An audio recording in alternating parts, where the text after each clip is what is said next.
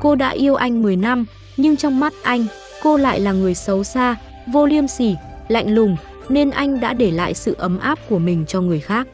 Nhưng khi cô cảm thấy mệt mỏi và muốn ly hôn, anh đột nhiên cảm thấy sợ hãi. Ly hôn đi. Giản Giao vừa trở về nhà sau buổi quay phim mệt mỏi, chồng cô đã ném một bản thỏa thuận ly hôn trước mặt cô.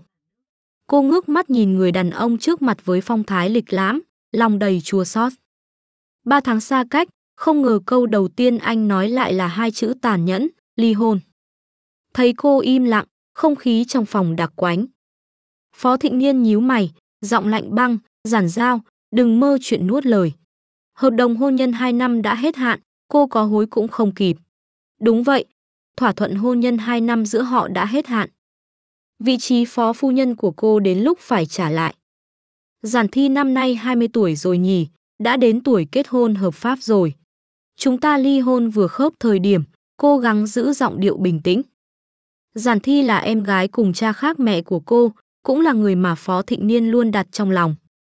2 năm trước, khi Giản Thi bị chẩn đoán ung thư máu, chỉ mình cô có tủy phù hợp. Dù là người lạ, cô cũng sẽ hiến tặng, huống chi là em ruột. Nhưng Phó Thịnh Niên lại nghĩ khác, anh khăng khăng cho rằng cô lạnh lùng vô cảm, nhất quyết không cứu em gái.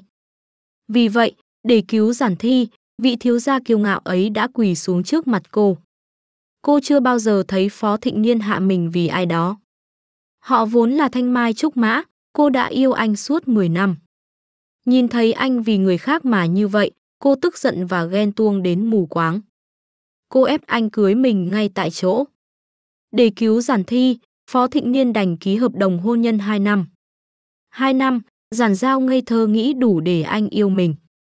Nhưng cuối cùng, cô thua trắng tay, hóa ra chỉ là cô tự giày vò chính mình. Nghĩ đến đây, khóe miệng nhợt nhạt của Giản Giao nở nụ cười tự giễu. Phó Thịnh Niên với đôi mày mắt đẹp đẽ lộ ra chút không kiên nhẫn, đưa cây bút bên cạnh, lạnh lùng nói, ký đi. Cô gật đầu, nhận lấy cây bút anh đưa, lật đến trang cuối cùng, viết tên mình vào chỗ ký tên lên trang cuối như kết thúc một cuộc tình một phía. Đặt bút xuống, cô ngẩng đầu nhìn Phó Thịnh Niên, ánh mắt anh vẫn đẹp như trời sao, nhưng nhìn cô chỉ còn băng giá, khiến cô cảm thấy lạnh lẽo trong tim. Phó Thịnh Niên nhận lấy thỏa thuận, nhìn chữ ký của Giản Giao ở cuối, lên tiếng, Giản Thi tái phát bệnh rồi. Chưa kịp nói hết, Giản Giao hoảng hốt ngắt lời, sao vậy? Vậy tôi cần đến bệnh viện phối hợp không? Dù sao 2 năm trước, cô đã hiến tủy cứu Giản Thi. Không cần. Anh quắc mắt, cô định lặp lại trò hề năm xưa sao? Tôi đã sắp xếp bác sĩ tốt nhất, cũng đã tìm được người phù hợp. Lần này không cần cô làm gì cả. Giọng anh chợt dịu xuống, Giản Thi nói nhớ cô đến thăm em ấy là đủ. Nhắc đến Giản Thi, đôi mày nhíu chặt của anh dần giãn ra, khuôn mặt lạnh lùng cũng có chút ấm áp. Trái tim Giản Giao đau nhói, khẽ một tiếng. Hôm nay hơi muộn rồi, ngày mai tôi sẽ dọn đi, được không? Cô nặn ra một nụ cười, nghĩ rằng Phó Thịnh Niên ít nhiều sẽ nhớ lại chút tình xưa, không ngờ anh rất dứt khoát nói, lão Lý sẽ đưa cô đến khách sạn. Chẳng những không lưu luyến, cứ vậy mà đuổi cô đi. Ngay cả một đêm cũng không cho cô ở lại thêm. Nụ cười của cô cứng đờ trên mặt, đối diện với Phó Thịnh Niên một lúc, lạnh lùng đứng dậy đi ra ngoài. Về phòng mình mang theo hành lý chưa kịp thu dọn, cô kéo vali xuống lầu, vài người giúp việc thấy vậy chạy đến giúp, cô xua tay, không cần, tôi có thể tự làm. Những người giúp việc nhìn nhau, thở dài bất lực, ánh mắt đầy thương cảm, đứng thành hàng tiễn cô ra cửa. 2 năm sống ở đây, Giản Giao vẫn có chút tình cảm với nơi này, mọi người ở đây, trừ Phó Thịnh Niên, đều rất tốt với cô. Cô có chút tiếc nuối, nhưng kết hôn với Phó Thịnh Niên, bị lạnh nhạt suốt 2 năm, tinh thần cô đã bị tổn thương quá nhiều. 2 năm bị tra tấn bởi sự lạnh nhạt, tâm hồn cô đã kiệt quệ. Thế là đủ rồi. Đã đến lúc kết thúc rồi. Dù trái tim đau đớn như bị xé toạc, nhưng cô không rơi một giọt lệ. Làm thủ tục nhận phòng khách sạn xong, đã là rạng sáng. Cô không ngủ suốt đêm, đợi trời sáng cô thu dọn một chút, rồi trực tiếp đến bệnh viện trung tâm. Giản Thi ở trong một phòng bệnh đơn, có người chăm sóc riêng, qua cửa kính nhìn thấy người chăm sóc đang đút Giản Thi ăn. Nhưng ăn được vài miếng đã nôn hết, Trong lòng cô có một cảm giác khó chịu không thể diễn tả. Trái tim người chị như bị ai bóp nghẹt. Chương 2 bạn không xứng. Cô còn mặt đến đây sao? Một giọng phụ nữ đầy châm biếm chợt vang lên từ phía sau. Giản Dao giật mình, vội lau vội những giọt nước mắt còn đọng trên má. Quay đầu lại thấy Mạnh Mỹ Trúc không biết từ lúc nào đã đứng sau lưng mình, sắc mặt lập tức lạnh lùng. Người phụ nữ này là mẹ kế của cô, mới 40 tuổi, được chăm sóc rất kỹ nên trông như chỉ ngoài 30, ăn mặc thời trang và thanh lịch. Giọng nói sắc lạnh như dao cứa từ phía sau khiến Giản Dao như bị rút cạn khí lực, cơ thể chợt cứng đờ. Cô chậm rãi quay đầu lại, khuôn mặt xinh đẹp không còn chút huyết sắc đối diện với ánh mắt châm chọc của Mạnh Mỹ Trúc. Người phụ nữ ấy, dù đã là mẹ kế cô hơn 10 năm, nhưng giữa họ chưa bao giờ tồn tại thứ tình cảm nào giống như mẹ con. Thậm chí, cái nhìn của bà ta lúc này còn giống như đang nhìn thấy một kẻ dư thừa, không xứng tồn tại ở nơi này. Cô còn mặt mũi đến đây, chẳng phải cô đã rời khỏi Phó gia rồi sao? Giả vờ thương xót để được gì chứ? Mạnh Mỹ Trúc khoanh tay trước ngực, từng lời nói ra như nhát dao cắt lên lòng tự trọng của Giản Dao. Cô siết chặt hai tay, móng tay đâm vào lòng bàn tay mà không hề hay biết, cố gắng giữ cho giọng mình không run rẩy. Tôi đến thăm Giản Thi. Cô vẫn luôn gọi em gái cùng cha khác mẹ bằng một cái tên dịu dàng, chưa từng xem em ấy là kẻ thù. Dù người đàn ông mà em ấy yêu là chồng cô, dù tất cả mọi người đều đứng về phía em ấy, thì trong lòng Giản Dao vẫn không thể chối bỏ huyết thống giữa hai người. Mạnh Mỹ Trúc cười nhạt, thăm. Cô còn mặt mũi mà thăm. Nếu năm đó cô chịu đồng ý sớm, thì Giản Thi đâu cần phải chờ đợi lâu đến vậy. Bây giờ bệnh tái phát, cô còn muốn giành phần diễn chị gái tốt nữa sao? Giản Dao mím môi, cảm thấy ngực mình bị một tảng đá đè nặng. Không ai biết rằng cô là người đã im lặng ký tên đồng ý hiến tủy ngay từ lần đầu xét nghiệm trùng khớp. Nhưng vì Mạnh Mỹ Trúc muốn tạo ra một màn kịch để Phó Thịnh Niên phải cầu xin cô, nên bà ta đã ém nhẹm tờ giấy ấy lại. Cuối cùng, người bị vu oan lại là cô. Họ nói cô vô tình, họ nói cô tàn nhẫn, không chịu cứu em gái. Và anh, Phó Thịnh Niên, đã tin điều đó. Giản Dao không muốn tiếp tục đôi co, cô bước ngang qua người Mạnh Mỹ Trúc, định đi thẳng vào phòng bệnh. Nhưng bàn tay được sơn móng kỹ càng của bà ta kéo cô lại, ánh mắt hiện rõ sự cảnh cáo. Tôi nói cho cô biết, từ giờ trở đi, cô không còn là người Phó gia. Đừng mơ tưởng quay về vị trí đó nữa. Người Thịnh Niên yêu là Thi Thi, không phải cô. Giản Dao khẽ nhắm mắt lại, không biết là vì đau lòng hay vì đã quá quen với kiểu tuyên bố đầy ngạo mạn này. Cô nhẹ giọng nói, tôi chưa từng mong điều đó. Rồi dứt khoát gạt tay bà ta ra, đẩy cửa bước vào phòng bệnh. Không khí trong phòng bệnh có mùi thuốc sát trùng, sắc trắng lạnh lẽo bao phủ cả căn phòng. Giản Thi đang nằm trên giường bệnh, sắc mặt nhợt nhạt, cơ thể gầy đến đáng thương. Người chăm sóc bên cạnh thấy cô bước vào thì nhẹ nhàng chào rồi lặng lẽ rời đi. Ánh mắt Giản Thi rơi trên người cô, trong phút chốc hiện lên một tia vui mừng, rồi lại che giấu rất nhanh. Chị đến rồi à? Giản Thi nở nụ cười yếu ớt, nhưng lại mang theo một loại dịu dàng khiến người đối diện thấy áy náy. Giản Dao gật đầu, đặt giỏ trái cây và một bó hoa cúc trắng lên tủ đầu giường. Em thấy trong người thế nào? Có ăn uống được chút gì chưa? Cô nhẹ giọng hỏi, ánh mắt vô thức nhìn vào ống truyền trên cánh tay em gái. Không ngon miệng lắm, nhưng có chị đến là em vui rồi. Giản Thi cười, đôi mắt long lanh nước như thể chỉ một câu dịu dàng là có thể rơi lệ. Giản Dao nhẹ nhàng đắp lại chăn cho em, không nói thêm gì nữa. Không khí trong phòng dần chìm vào yên lặng. Nhưng sự yên lặng ấy không phải là dễ chịu, mà là ngột ngạt đến mức khó thở. Một lúc sau, Giản Thi khẽ lên tiếng, chị, có giận em không? Câu hỏi bất ngờ khiến Giản Dao khựng lại. Cô ngẩng đầu, nhìn thấy ánh mắt đầy bất an của em gái, lòng lại một lần nữa mềm nhũn. Tại sao chị phải giận? Giọng cô nhẹ bẫng như gió thoảng. Giản Thi quay đầu sang bên, cố giấu giọt nước mắt vừa rơi xuống gối. Bởi vì, em là người anh ấy yêu, còn chị thì không. Không khí như đóng băng. Trong khoảnh khắc đó, Giản Dao cảm thấy toàn bộ vết thương trong tim mình bị xé toạc lần nữa. Không phải vì câu nói ấy, mà vì người nói ra lại là em gái của cô. Rõ ràng cả hai đều không làm gì sai, nhưng lại cùng bị cuốn vào một bi kịch mang tên Phó Thịnh Niên. Yêu thì sao chứ? Em bị bệnh, em cần người chăm sóc, còn chị thì, Giản Dao nuốt nước mắt, cố gắng nở một nụ cười, chị chỉ là người tạm thời giữ chỗ trong hôn nhân thôi mà. Câu nói ấy, rõ ràng là giễu cợt bản thân, nhưng lại khiến đôi mắt Giản Thi đỏ hoe. Em xin lỗi, chị ơi. Giản Giao vỗ nhẹ lên tay em, nghỉ ngơi đi. Sắp tới chị sẽ bận rời khỏi thành phố, có thể lâu mới về. Giản Thi vội nắm lấy tay cô, chị đi đâu? Đừng đi, em. Cô ngập ngừng như muốn nói điều gì đó nhưng lại thôi. Giản Giao rút tay lại, đứng dậy, chăm sóc bản thân cho tốt. Chị đã làm tất cả những gì có thể rồi. Rời khỏi bệnh viện, bầu trời xám xịt đổ mưa phùn. Giản Giao đứng dưới mái hiên, nhìn mưa rơi từng giọt lạnh lẽo mà trong lòng cũng lạnh không kém. Cô đã làm tất cả, yêu, hy sinh, im lặng, chịu đựng, nhưng cuối cùng nhận lại được gì? Một chữ vô dụng. Điện thoại trong túi vang lên, là số của trợ lý cũ. Cô do dự vài giây rồi nhấn nghe. Chị Giản, bên tổ đạo diễn phim Trăm Năm Một Lần hỏi chị có thể tham gia vai nữ chính không? Bọn họ muốn quay lại trong tháng này. Giản Giao nhìn dòng người qua lại, mưa rơi rì rào. Một lúc sau, cô đáp, tôi nhận.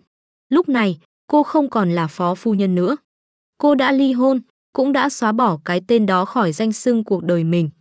Cô sẽ quay lại là chính mình, Giản Giao, diễn viên thực lực, người từng được mệnh danh là nữ chính sinh ra để chịu đựng nhưng không bao giờ gục ngã. Đêm đó, cô ngồi một mình trong phòng khách sạn, nhìn bức ảnh cưới cũ mà cô chưa kịp xóa khỏi điện thoại. Trong ảnh, cô cười rạng rỡ còn anh thì lạnh lùng, hệt như suốt quãng thời gian 2 năm chung sống. Cô nhìn thật lâu rồi bấm xóa vĩnh viễn. Một nút nhấn, chấm dứt cả một đoạn tình cảm kéo dài 10 năm. Nước mắt lặng lẽ rơi xuống, không ai thấy. Nhưng lần này, cô không lau vội. Cô để chúng rơi, như một lời tạm biệt. 3 ngày sau, Giản Giao rời khỏi khách sạn, mang theo hành lý và một túi nhỏ đựng kịch bản, bắt đầu công việc quay phim mới. Tổ đạo diễn sắp xếp cho cô một căn hộ nhỏ ở ngoại ô, yên tĩnh, xa hoa vừa phải, không phô trương nhưng đủ ấm cúng cho một người đã quen với sự cô độc. Buổi sáng, cô dậy từ sớm, học kịch bản, tập lời thoại, đến phim trường, làm việc chăm chỉ như một cái máy không cảm xúc. Buổi tối, cô về nhà, tắm nước nóng, uống một ly sữa ấm, viết nhật ký vài dòng rồi ngủ thiếp đi. Không còn Phó Thịnh Niên, không còn ánh mắt lạnh như băng của anh, không còn những bữa cơm chỉ có một người ăn, một người im lặng rời đi. Nhưng lòng cô không nhẹ nhõm như tưởng tượng. Giống như bị phẫu thuật rút bỏ một phần trái tim, dù đã may lại, vết thương vẫn đau nhói mỗi khi đổi thời tiết, chỉ khác là không ai còn thấy cô chảy máu. Trên phim trường, mọi người đều bất ngờ khi thấy Giản Giao trở lại. Cô từng là nữ thần thanh xuân của bao người, khuôn mặt đẹp không tì vết, khí chất lạnh nhạt, diễn xuất chân thật. Nhưng 2 năm qua, cô gần như biến mất khỏi giới giải trí. Có người nói cô lấy chồng đại gia, có người nói cô bỏ nghề, cũng có tin đồn cô bị bao nuôi. Nhưng giờ đây, Giản Giao lại đứng trước ống kính như chưa từng rời đi, vẫn ánh mắt ấy, biểu cảm ấy, vẫn khí chất khiến người ta không thể rời mắt. Đạo diễn gật gù hài lòng, nhiều bạn diễn trẻ thì âm thầm ganh tị. Chẳng cần chiêu trò, cô vẫn là trung tâm. Có người tò mò hỏi cô, chị Giản, 2 năm qua chị làm gì vậy? Cô chỉ cười nhẹ, tôi đi nghỉ một chút. Không ai biết, cái gọi là nghỉ ấy chính là sống trong một cuộc hôn nhân không tình yêu, mỗi ngày bị đóng băng bởi sự lạnh nhạt đến nghẹt thở. Một tuần sau, Phó Thịnh Niên ngồi trong văn phòng tầng cao nhất của tập đoàn Phó Thị, nhìn chằm chằm vào màn hình điện thoại, nơi một video quay lén cảnh hậu trường quay phim đang được chia sẻ rầm rộ. Trong video, Giản Giao đang mặc một chiếc váy trắng tinh khôi, bước ra từ căn nhà cổ kính, ánh mắt mơ màng, môi mấp máy đọc lời thoại, khí chất như bước ra từ tranh vẽ. Trợ lý nói, Giản Giao đang quay bộ phim mới, là vai nữ chính. Nghe nói đạo diễn chủ động mời cô ấy, rất coi trọng. Anh im lặng thật lâu, không lên tiếng. Một lúc sau mới khẽ hỏi, cô ấy quay lại rồi sao?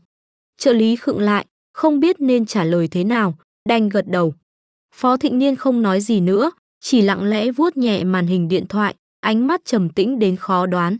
Anh nhớ rõ, 2 năm qua, mỗi lần về nhà, anh đều thấy cô ngồi một mình trong phòng khách đọc kịch bản cũ, ánh mắt rất lạ, như vừa hoài niệm, vừa tuyệt vọng.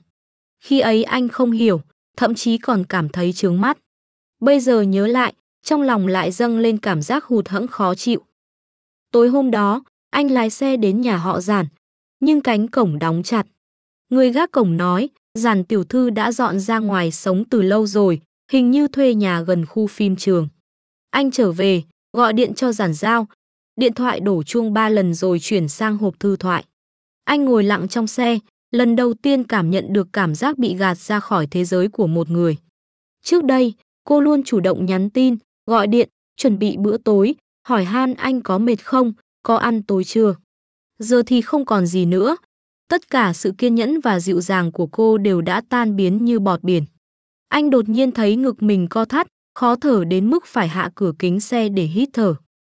Sáng hôm sau, Phó Thịnh Niên đến bệnh viện thăm Giản Thi. Cô gái nhỏ nằm im lặng, không than thở, không nhõng nhẽo, chỉ lặng lẽ nhìn ra ngoài cửa sổ. Anh hai, chị ấy không quay lại nữa à? Giản Thi hỏi. Anh không trả lời. Một lúc sau mới nhẹ giọng nói, cô ấy bận. Giản Thi cười buồn, không phải chị ấy bận, là chị ấy hết yêu anh rồi. Anh giật mình, nhìn em gái. Cô gái 19 tuổi, gầy gò và yếu đuối, đang nói ra những lời sắc bén hơn cả người lớn. Anh có biết, trước ngày chị Giao ký đơn ly hôn, chị ấy đã vào phòng em một mình, ngồi suốt hơn 1 giờ không nói gì. Lúc em tỉnh lại, chị ấy đang cầm tay em, khóc. Giản Thi nói tiếp, giọng nghẹn nghẹn, chị ấy chưa từng ghét em. Chỉ là, chị ấy đã kiệt sức rồi. Lồng ngực Phó Thịnh Niên như bị ai đấm mạnh một cú. Những hình ảnh lướt qua tâm trí anh như cuộn phim tua ngược, ánh mắt thất vọng của cô khi anh gắt lên, tôi chưa từng yêu cô. Bàn tay run rẩy của cô khi ký đơn ly hôn, nụ cười gượng gạo khi bị anh đuổi đi trong đêm, anh đột nhiên muốn đi tìm cô, ngay bây giờ, ngay lập tức. Nhưng rồi lại dừng lại, bởi anh biết, bây giờ nếu xuất hiện, cô sẽ không nhìn anh bằng ánh mắt cũ nữa. Chiều hôm đó, đoàn phim Giản Giao quay một cảnh ngược tâm, nhân vật nữ chính bị phản bội, khóc dưới mưa, rồi ngất lịm giữa phố đông người. Giản Giao không dùng diễn viên đóng thế. Cô lao mình dưới làn mưa nhân tạo, đôi mắt đỏ hoe, gương mặt tái nhợt, bước chân loạng choạng giữa dòng xe. Cảnh quay được khen ngợi, đạo diễn vỗ tay, tuyệt vời, không cần quay lại. Nhưng không ai biết, giây phút ngã xuống đất, cô đã thật sự muốn ngủ quên đi như thế. Trợ lý đưa áo khoác cho cô mỉm cười, tôi ổn. Nhưng đôi mắt cô lặng như mặt hồ chết. Buổi tối, cô về nhà, mở hộp thuốc trong ngăn kéo, lấy ra một vỉ an thần. Cô uống một viên, tắt đèn, nằm xuống giường. Căn phòng tối om, chỉ còn lại tiếng mưa gõ lách tách bên ngoài cửa kính. Cô nghĩ về Phó Thịnh Niên. Lần đầu tiên gặp anh, cô mới 17, đứng dưới sân trường, nhìn anh bước ra từ xe thể thao, khí chất lạnh lùng như bạch dương mùa đông. Cô yêu anh từ cái nhìn đầu tiên, tình yêu ấy kéo dài suốt 10 năm. Mà giờ đây, cô phải học cách quên anh, nhưng quên có lẽ là điều khó nhất đời. 3 tuần trôi qua kể từ khi Giản Giao nhận vai trong 100 năm một lần, lịch quay dày đặc khiến cô gần như không còn thời gian để nghĩ về những chuyện cũ. Những đêm không ngủ vùi trong kịch bản, những cảnh quay ngoài trời kéo dài đến nửa đêm và những phân đoạn cảm xúc đến mức cạn kiệt nước mắt. Tất cả hòa vào nhau thành một cơn lốc nhấn chìm nỗi đau mà cô từng mang theo suốt 2 năm qua. Người ngoài nhìn vào thấy Giản Giao trở lại đầy rực rỡ, nhưng chỉ cô biết, sự trở lại này không phải để chứng minh điều gì với ai, mà chỉ đơn giản là, nếu đã không được yêu, thì ít nhất hãy được sống như chính mình. Một ngày nọ, khi đang nghỉ giữa giờ quay, một người đàn ông bước vào khu phim trường cùng đạo diễn. Anh ta mặc áo sơ mi trắng, tóc ngắn gọn gàng, nụ cười dịu dàng khiến người đối diện dễ sinh thiện cảm. Anh là Tần Lâm, nhà đầu tư chính cho dự án lần này. Ánh mắt anh dừng lại ở Giản Giao chỉ đúng 1 giây, nhưng trong giây ấy, cô cảm nhận được một loại quan tâm thầm lặng và điềm tĩnh. Đạo diễn giới thiệu sơ qua, Giản Giao lịch sự gật đầu chào, sau đó tiếp tục ngồi xuống một góc đọc kịch bản. Cô không ngờ rằng người đàn ông ấy sẽ trở thành một nhân tố đặc biệt trong quãng đời sau này. Tần Lâm không nói nhiều, nhưng mỗi lần xuất hiện đều như thể mang theo một bầu không khí khác hẳn sự ngột ngạt mà cô đã quen suốt 2 năm ở bên Phó Thịnh Niên. Anh không cố ý quan tâm hay thân mật, chỉ đơn giản là một sự hiện diện yên lặng nhưng ấm áp, đúng kiểu người đàn ông sẽ lấy ô che cho bạn khi trời mưa, nhưng không hỏi lý do vì sao bạn đứng dưới mưa. Một lần quay ngoài trời, khi cơn mưa bất chợt đổ xuống, mọi người nhốn nháo chạy tìm chỗ trú, Giản Giao đứng lặng nhìn trời như bị hút vào quá khứ. Tần Lâm cầm ô tiến lại, đứng bên cạnh cô, không nói gì, cũng không ép cô rời đi. Mãi đến khi cô khẽ lên tiếng, anh không sợ ướt à? Anh mới cười, tôi sợ, cô bị cảm hơn. Câu nói nhẹ nhàng như giọt nước thấm vào tâm hồn đã khô cạn của cô. Dù chỉ là một khoảnh khắc, cô cũng cảm thấy mình vẫn còn đáng được quan tâm. Nhưng cô biết rõ, mình chưa sẵn sàng để bước thêm một bước nào nữa. Trái tim đã rách quá nhiều, nếu vá lại lần nữa, chưa chắc đã đủ niềm tin để giữ chặt. Trong khi đó, ở một nơi khác, Phó Thịnh Niên như bị mắc kẹt giữa một mớ cảm xúc hỗn độn. Công việc vẫn đều đặn, các cuộc họp vẫn đúng giờ, ánh mắt cấp dưới vẫn nhìn anh với sự kính nể. Nhưng những lúc ngồi trong văn phòng, anh hay vô thức lật mở hồ sơ nhân sự cũ, tìm hồ sơ trợ lý Giản Giao từng để lại.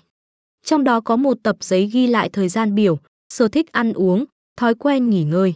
Thứ mà cô từng cẩn thận ghi chú cho anh, một người đàn ông chưa từng quan tâm cô có thích ăn gì, sợ lạnh hay dễ mất ngủ. Giờ đây, anh lại dùng những thứ ấy như một cách giữ lại mảnh vụn cuối cùng của một người đã không còn đứng cạnh anh nữa.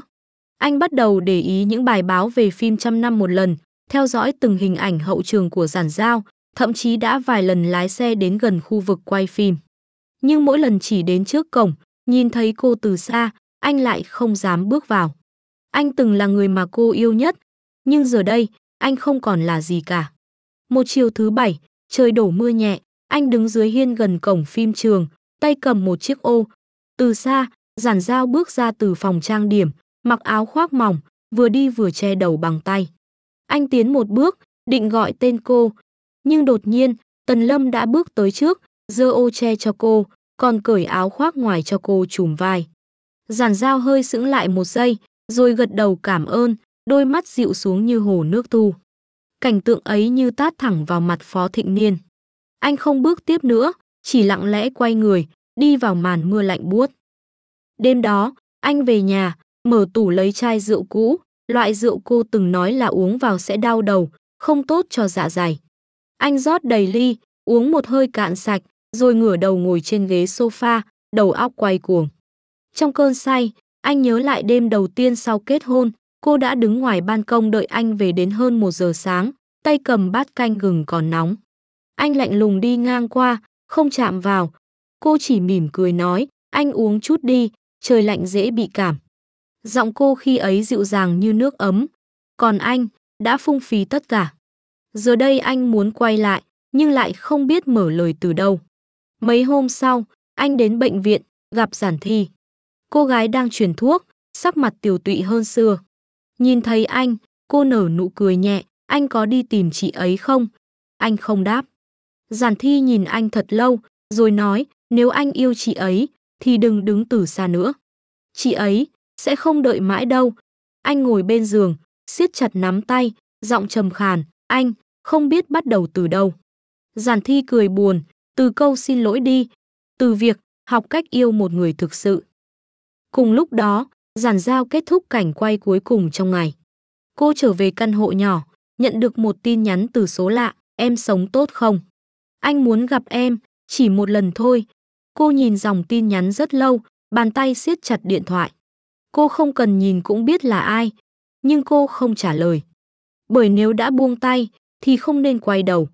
Màn hình tắt đi, gương mặt cô phản chiếu nhạt nhòa, ánh mắt không còn u sầu như trước, nhưng cũng không còn lấp lánh như xưa.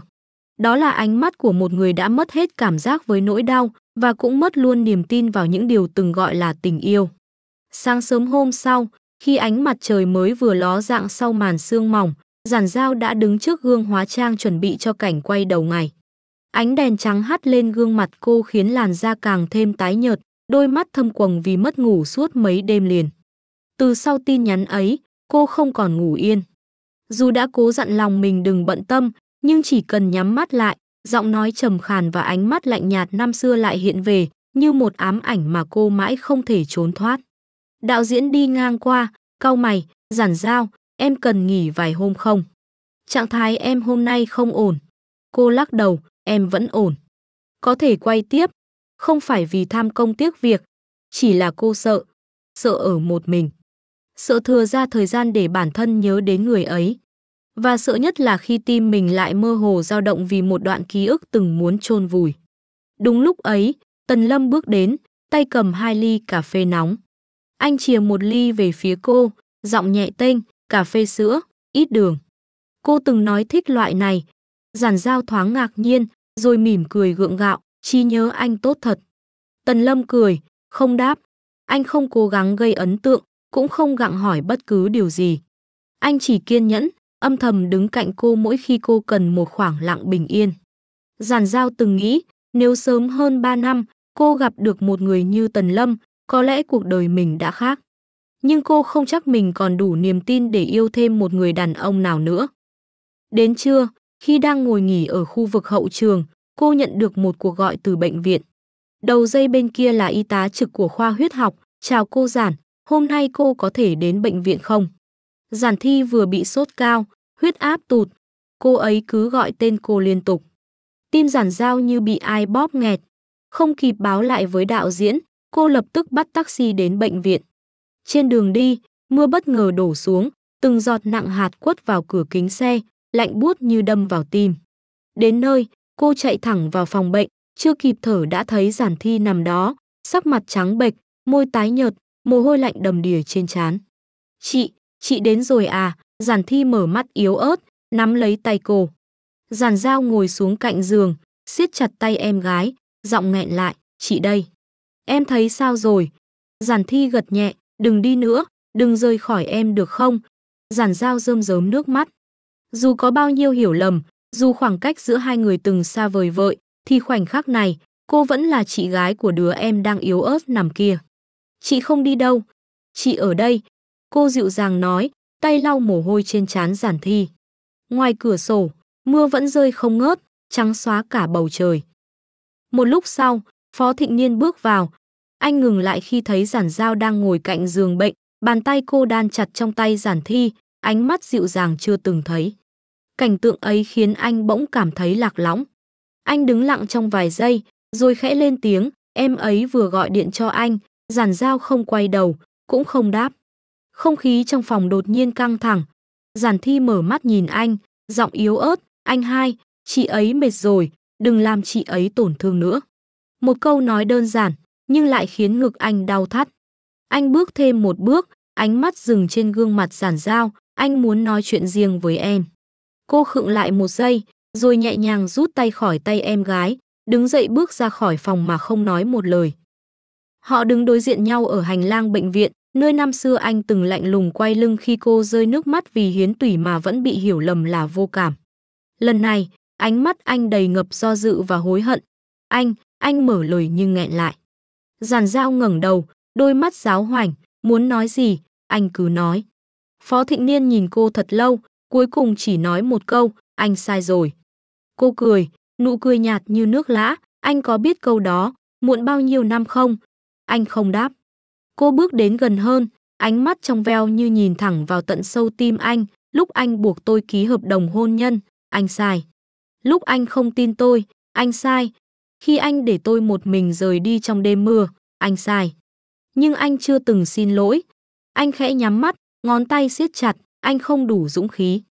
Giản Giao xoay người, giọng lạnh tanh, vậy đừng giả vờ can đảm lúc tôi đã buông. Anh đưa tay kéo cô lại, ánh mắt tuyệt vọng, cho anh một cơ hội, chỉ một cơ hội thôi. Cô hất tay anh ra, lạnh lùng như băng, không phải tôi không tha thứ, mà là tôi không còn yêu nữa. Câu nói ấy như nhát dao cắt sâu vào lòng ngực Phó Thịnh Niên. Anh đứng chết chân giữa hành lang dài, nơi ánh đèn huỳnh quang vàng vọt chiếu xuống gương mặt anh, làm nổi bật đôi mắt đỏ hoe. Còn cô, bước đi không ngoảnh lại, bóng lưng nhỏ bé mà kiên cường, như thể cuối cùng cũng cắt đứt sợi dây từng trói buộc trái tim mình. Đêm đó, Tần Lâm xuất hiện trước cửa căn hộ của Giản Giao.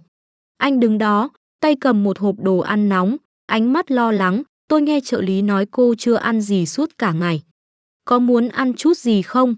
Cô đứng nhìn anh, lặng vài giây rồi mở cửa. Vào đi.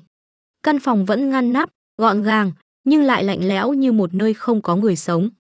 Tần Lâm bày đồ ăn lên bàn, mùi canh gừng nóng hổi lan tỏa. Tôi đoán hôm nay cô lại dầm mưa, anh nói. Cô ngồi xuống, gật đầu nhẹ. Tần Lâm, cô bất ngờ lên tiếng. Anh ngẩng đầu. Tôi không chắc mình còn tin vào thứ gọi là tình yêu. Anh im lặng một lúc, rồi đáp bằng giọng trầm ấm, không sao. Nếu cô không tin, thì cứ để tôi làm bạn. Không cần yêu, chỉ cần không cô đơn. Nước mắt bỗng dưng dâng lên trong mắt Giản Dao, nhưng cô không khóc. Cô cầm đũa, múc một thìa canh, khẽ nói, cảm ơn, vì đã đến đúng lúc. Ngoài trời, mưa đã ngớt, những giọt nước đọng trên lá phản chiếu ánh đèn vàng lấp lánh. Trong căn bếp nhỏ, hai người ngồi ăn bữa tối bình dị, không cần lời tỏ tình, không cần thề hứa. Chỉ có sự hiện diện lặng lẽ, đủ ấm để một trái tim đóng băng dần tan chảy. Buổi sáng hôm sau, Giản Dao thức dậy trong ánh nắng dịu dàng xuyên qua rèm cửa. Cô ngồi dậy, tay vươn nhẹ xoa cổ, toàn thân vẫn còn mỏi như sau một đêm mất ngủ vì nhiều suy nghĩ đan xen.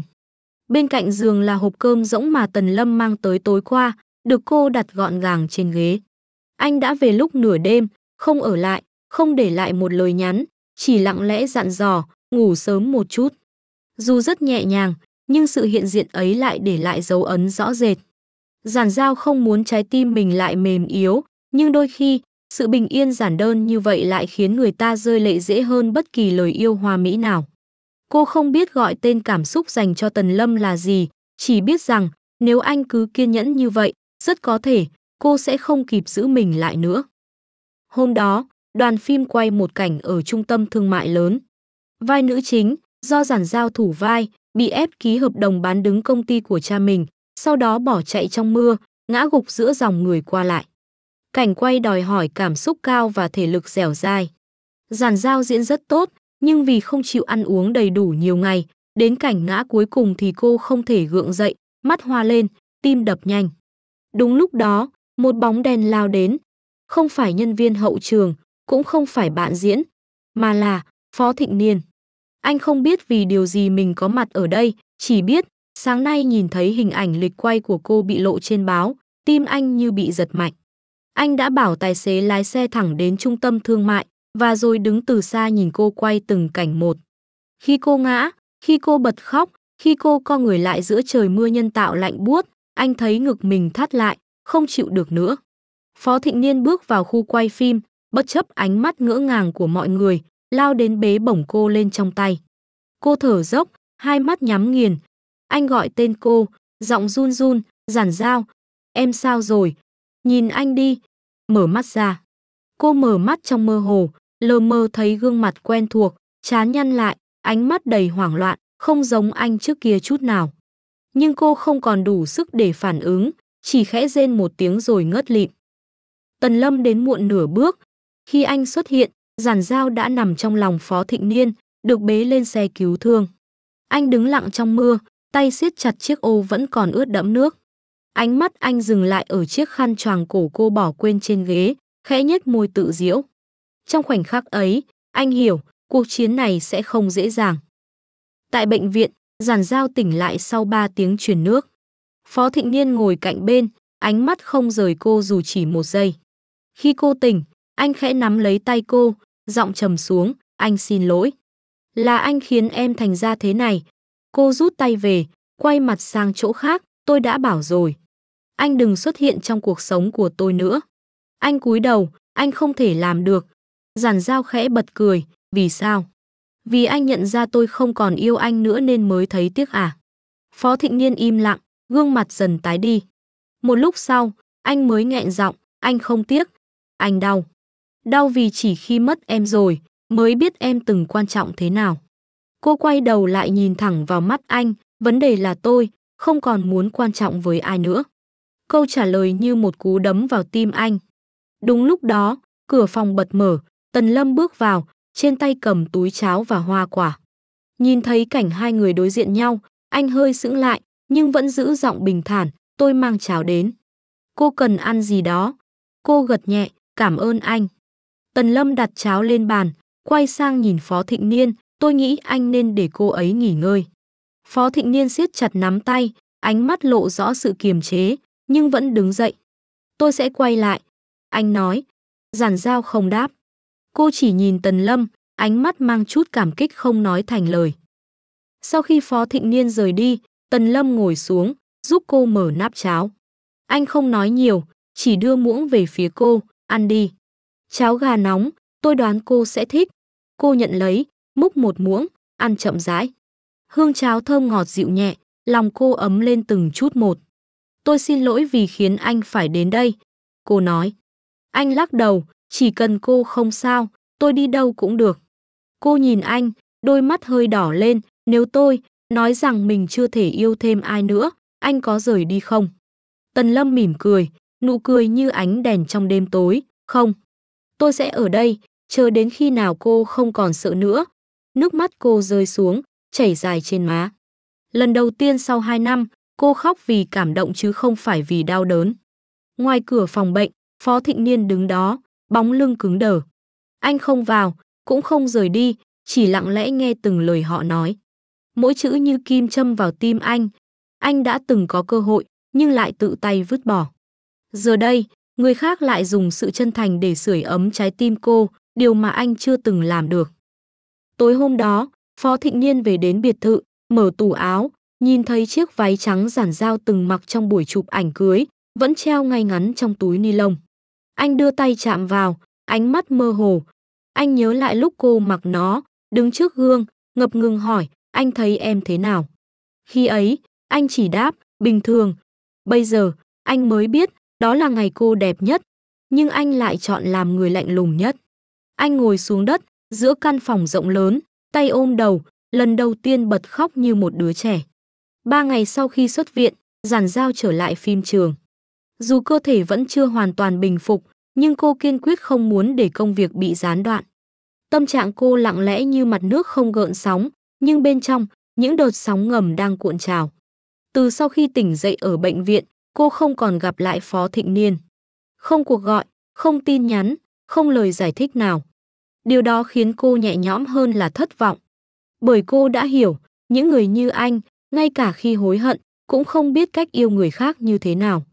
Ngược lại, Tần Lâm lại càng xuất hiện thường xuyên hơn. Anh không nói nhiều, không hối thúc, chỉ đơn giản là ở bên. Khi cô mệt, anh đưa nước. Khi cô lo lắng vì kịch bản thay đổi, anh tìm người bàn lại với đạo diễn. Khi cô nhìn ra cửa sổ xa xăm, anh im lặng ngồi cạnh, cùng nhìn mà không hỏi tại sao. Giản Giao bắt đầu thấy lòng mình dịu lại, không còn nhói đau mỗi khi nghĩ về quá khứ, không còn thức trắng đêm vì một người không xứng. Nhưng điều cô không biết là cơn bão thực sự sắp sửa kéo đến. Tối hôm đó, khi cô vừa quay xong một cảnh nội tâm nặng nề, trợ lý riêng bước đến, vẻ mặt kỳ lạ, Giản Giao, có một người muốn gặp chị. Ở bãi đỗ xe dưới tầng, cô cau mày, ai? Trợ lý nhìn quanh, hạ giọng, là mẹ kế của chị. Bà Mạnh Mỹ Trúc, tên ấy khiến cả lồng ngực Giản Giao như nghẹn lại. Cô chưa gặp lại bà ta từ sau khi cha mất. Người phụ nữ từng phá nát gia đình cô, cướp cha khỏi tay mẹ cô, cũng là người từng giả tạo đến mức khiến cả thế giới nghĩ bà là mẹ hiền dâu Thảo. Sau vài giây im lặng, cô siết chặt tay, tôi xuống. Bãi đỗ xe âm u, gió thổi lạnh ngắt dù đang giữa mùa hè. Giản Giao bước ra từ thang máy, lập tức thấy chiếc xe sang trọng quen thuộc đỗ ở góc khuất. Cửa kính hạ xuống, Mạnh Mỹ Trúc bước ra, ăn mặc sang trọng, nước hoa đắt tiền thoang thoảng quanh người. Giản Giao, bà ta mỉm cười, nhưng trong nụ cười là sự kiêu ngạo không thể che giấu. Cô không đáp, ánh mắt lạnh như băng. Tôi không nghĩ, có ngày cô lại nổi tiếng như vậy. Đúng là máu nghệ sĩ chảy trong người cô. Bà ta mở đầu, giọng nửa mỉa mai nửa chế giễu. Tôi không rảnh để nghe bà diễn. Có chuyện gì? Giản Giao cắt ngang. Mạnh Mỹ Trúc hơi nhớn mày, lấy từ túi xách một tập hồ sơ. Cái này, có thể khiến cô hứng thú. Bà ta đưa ra. Giản Giao nhìn lướt qua, không nhận. Tôi không hứng thú với bất cứ thứ gì đến từ bà. Mạnh Mỹ Trúc cười nhạt, vậy còn bí mật về Giản Thi thì sao? Nghe đến tên em gái, ánh mắt Giản Giao lập tức đông cứng. Bà ta tiếp tục, giọng nhỏ dần nhưng đầy uy lực, cô tưởng cô cứu con bé. Tùy cô thật sự phù hợp. Ha, nếu không có tôi, thì cô nghĩ tại sao Phó Thịnh Niên lại quỳ xuống cầu xin cô? Tim Giản Giao như bị bóp nghẹt. Ý bà là sao? Cô hỏi, giọng run lên. Mạnh Mỹ Trúc tiến lại gần, thì thầm, tôi đã đổi hồ sơ xét nghiệm. Tùy cô không phù hợp. Nhưng Phó gia muốn giữ thể diện, muốn cứu Giản Thi, nên tôi đưa ra một đề nghị, cưới cô. Đổi lại, tôi sẽ âm thầm tìm được người có tùy thích hợp. Mọi thứ sau đó, đều là diễn kịch. Cả người Giản Giao run rẩy. Không, không thể nào, cô lùi lại. Thật tiếc, Người phù hợp lúc đó chính là một đứa trẻ vùng nông thôn, tôi đã trả tiền để cha mẹ nó giữ im lặng. Mạnh Mỹ Trúc nhìn cô như một kẻ chiến thắng. Cô hiến tủy, cô tưởng cô hy sinh cao cả. Cô chỉ là quân cờ trong ván cờ tôi dựng nên. Một cơn choáng váng ập đến, Giản Dao lảo đảo lùi lại mấy bước. Mạnh Mỹ Trúc cười lạnh, leo lên xe, ném lại một câu cuối, nên nhớ, mọi thứ cô từng tin, chỉ là dối trá. Xe lăn bánh, để lại phía sau Giản Dao đứng trơ trọi trong bóng tối, hai tay run lẩy bẩy. Nếu lời bà ta nói là thật, thì suốt 2 năm qua, cô đã sống trong một lời nói dối khổng lồ. Cô không hề hiến tủy, cô không hề cứu em gái. Cô đã đánh đổi tình yêu, tự tàn phá bản thân, vì một thứ chưa từng tồn tại. Cô quay về phòng thay đồ, trong đầu trống rỗng. Tần Lâm đến khi cô đang ngồi bất động trong góc, mắt mở to, không tiêu cự. Anh ngồi xuống bên cạnh, lo lắng, sao thế? Cô bị gì à?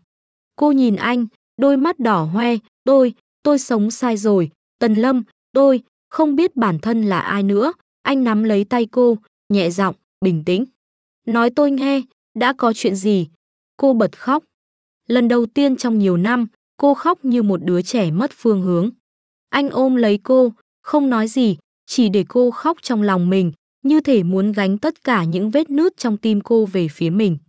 Một lúc sau, khi cô đã bớt nghẹn ngào, anh nhìn cô, ánh mắt nghiêm túc, Giản Dao, nếu em muốn biết sự thật, anh sẽ giúp em. Không ai có quyền khiến em sống trong dối trá như vậy. Tối đó, trong căn hộ nhỏ của Giản Dao, Tần Lâm mở laptop, truy cập hệ thống bệnh viện tư nhân mà anh có quan hệ. Nếu hồ sơ xét nghiệm bị làm giả, sẽ có dấu vết. Tin anh nói. Cô gật đầu, môi mím chặt.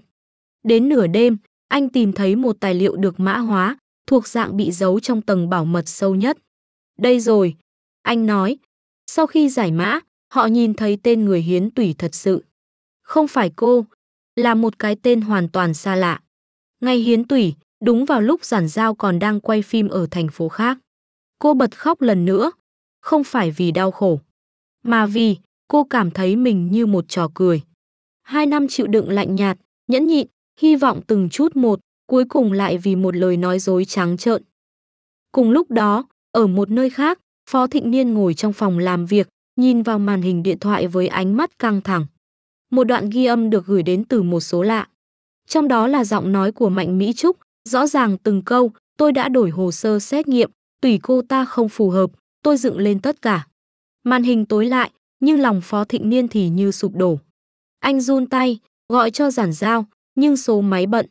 Anh vội vàng đứng dậy, lái xe lao ra khỏi biệt thự giữa đêm khuya. Mọi lời nói của anh, mọi hối hận, mọi quyết định từng bắt cô gánh chịu, giờ đây đều là sai. Anh đã không chỉ không yêu cô, mà còn ép cô sống trong một bi kịch dối trá do người khác dựng nên. Cô là người duy nhất yêu thật lòng, còn anh lại là kẻ tổn thương cô sâu nhất. Buổi chiều hôm đó, sau khi tất cả hồ sơ thật đã được Tần Lâm in ra, Giản Dao lặng người nhìn từng dòng chữ trước mặt. Tên người hiến tủy, ngày phẫu thuật, bệnh án của Giản Thi, ghi chú bác sĩ, tất cả đều rõ ràng như một lưỡi dao lạnh cắt vào sự kiên cường còn sót lại trong cô. 2 năm, cô sống trong ảo tưởng mình là người đã cứu em gái, rằng tình yêu cô dành cho Phó Thịnh Niên dù bị khinh rẻ cũng từng có giá trị, từng đổi được một sinh mạng. Nhưng không, tất cả chỉ là một vở kịch dối trá, cô là diễn viên không biết mình đang diễn. Tần Lâm ngồi đối diện, ánh mắt vẫn dịu dàng như mọi khi, nhưng hôm nay lại mang thêm chút quyết liệt. Giản Dao, em không còn nghĩa vụ phải tha thứ cho bất kỳ ai. Em đã chịu đựng đủ rồi. Cô gật nhẹ, ngón tay vuốt lên trang giấy, giọng khàn đặc, em muốn nói chuyện với Phó Thịnh Niên. Tần Lâm thoáng khựng lại, rồi gật đầu. Anh không ngăn cô. Vì anh biết, nếu muốn dứt khoát một lần, Giản Dao phải tự mình kết thúc tất cả. Không phải vì yêu, mà vì cần được giải thoát. Buổi tối, cô đến Phó gia, đứng trước cổng biệt thự, nơi từng là nhà của mình, cô thấy mọi thứ vừa quen vừa xa lạ. Cô từng bước qua nơi này với tư cách một phó phu nhân trên hợp đồng, nhưng chưa từng được gọi đúng tên gọi ấy trong lòng anh. Giờ đây, khi không còn bất kỳ ràng buộc nào, cô lại quay trở lại, không phải để xin một tình cảm, mà để chấm dứt vĩnh viễn một ám ảnh. Quản gia mở cửa, ánh mắt thoáng ngạc nhiên khi nhìn thấy cô, nhưng không nói gì, chỉ lặng lẽ mời vào. Phó Thịnh Niên đang ngồi trong thư phòng, ánh sáng vàng chiếu lên gương mặt mệt mỏi và hốc hác. Anh ngẩng lên, bắt gặp Giản Giao đang bước đến, cả người anh như hóa đá. Em đến rồi, anh thì thầm. Cô không ngồi, chỉ đứng đó, từ tốn đặt tập hồ sơ lên bàn. Anh xem đi. Phó Thịnh Niên mở ra, ánh mắt vừa chạm vào tên người hiến tủy thật sự, sắc mặt lập tức trắng bệch. Đây là, anh lắp bắp. Giản Giao ngẩng đầu nhìn thẳng vào mắt anh, giọng bình thản đến lạnh lẽo, là bằng chứng em chưa từng được coi trọng. Em bị gạt, bị ép, bị sử dụng. 2 năm, em tự mình đóng vai một người chị cao thượng, một người vợ cam chịu, còn anh thì đứng ngoài cuộc, lạnh lùng nhìn em tan nát. Anh ngồi thụp xuống ghế, hai tay run rẩy. Anh không biết gì cả, mẹ Thi, bà ấy nói là em là người duy nhất phù hợp. Anh đã tin. Cô bật cười, vấn đề không phải là bà ta nói gì, mà là anh chưa từng hỏi em. Anh chưa bao giờ tin em. Nếu anh chỉ cần hỏi một câu, em ổn chứ, có lẽ em đã không trở thành một cái bóng mờ suốt 2 năm bên cạnh anh. Giọng cô nghẹn lại, nhưng ánh mắt vẫn sáng rõ, kiên định. Giờ thì em biết rồi. Không phải em không đủ tốt, mà là anh chưa từng xứng đáng. Phó Thịnh Niên bước tới một bước, như muốn kéo cô lại, nhưng cô lùi về sau. Đừng, cô nói, em đến không phải để nghe anh xin lỗi. Em đến để nói lời từ biệt. Trái tim anh như bị bóp nghẹt. Anh đã mất em, thật rồi sao? Anh hỏi, giọng không còn giữ được vẻ bình tĩnh. Anh chưa từng có em để mà mất. Cô đáp, nhẹ nhàng nhưng tàn nhẫn. Tất cả những gì em từng dâng cho anh, giờ em lấy lại. Từng giọt nước mắt, từng cái ôm bị từ chối, từng bữa ăn anh không quay đầu, từng lần em đứng ngoài cửa phòng khóc một mình. Em trả hết. Anh không còn nợ em điều gì, nhưng cũng đừng mong em quay lại. Cô quay người bước đi, bóng lưng thẳng tắp, kiêu hãnh như chưa từng bị quật ngã. Phó Thịnh Niên đứng đó, đôi mắt đỏ hoe, hai tay buông thõng. Anh không còn tư cách giữ cô lại. Bây giờ, anh mới thật sự hiểu, đau đớn nhất không phải là không có được, mà là từng có cơ hội, nhưng lại tự tay hủy hoại tất cả. Ngoài sân, mưa bắt đầu rơi. Mưa tháng 10 nhẹ như hơi thở, nhưng đủ làm ướt tóc, lạnh sống lưng. Giản Giao bước vào taxi, nhưng trái tim cô lại nhẹ đi như vừa thả một gánh nặng. Cô ngửa đầu nhìn bầu trời xám nhòa qua ô kính, thở ra một hơi dài. Kết thúc rồi. Cô lẩm bẩm, cuối cùng, cũng kết thúc. Tối hôm đó, Tần Lâm nhận được tin nhắn từ cô. Chỉ một dòng ngắn ngủi, em đã buông. Anh đọc đi đọc lại, rồi mỉm cười. Không phải vì cô nói yêu anh, mà vì, cuối cùng, cô đã tự cứu chính mình. Sáng hôm sau, khi mặt trời vừa lên, Tần Lâm đứng trước cửa nhà cô, tay cầm một bó hoa cẩm tú cầu, loài hoa tượng trưng cho sự chữa lành và hy vọng. Khi cô mở cửa, anh nói, Giản Giao, hôm nay em có muốn ra biển không? Cô thoáng bất ngờ, rồi khẽ gật đầu. Muốn. Vùng biển ngoại ô cách thành phố hơn 2 tiếng chạy xe. Khi họ đến, sóng biển đập vào bờ ầm ào như tiếng lòng được giải thoát. Cô tháo giày, để chân trần bước trên cát, gió biển thổi tung tóc, mặn chát nhưng dễ chịu. Tần Lâm đi cạnh cô, không nắm tay, không ép buộc, chỉ đồng hành. Tần Lâm.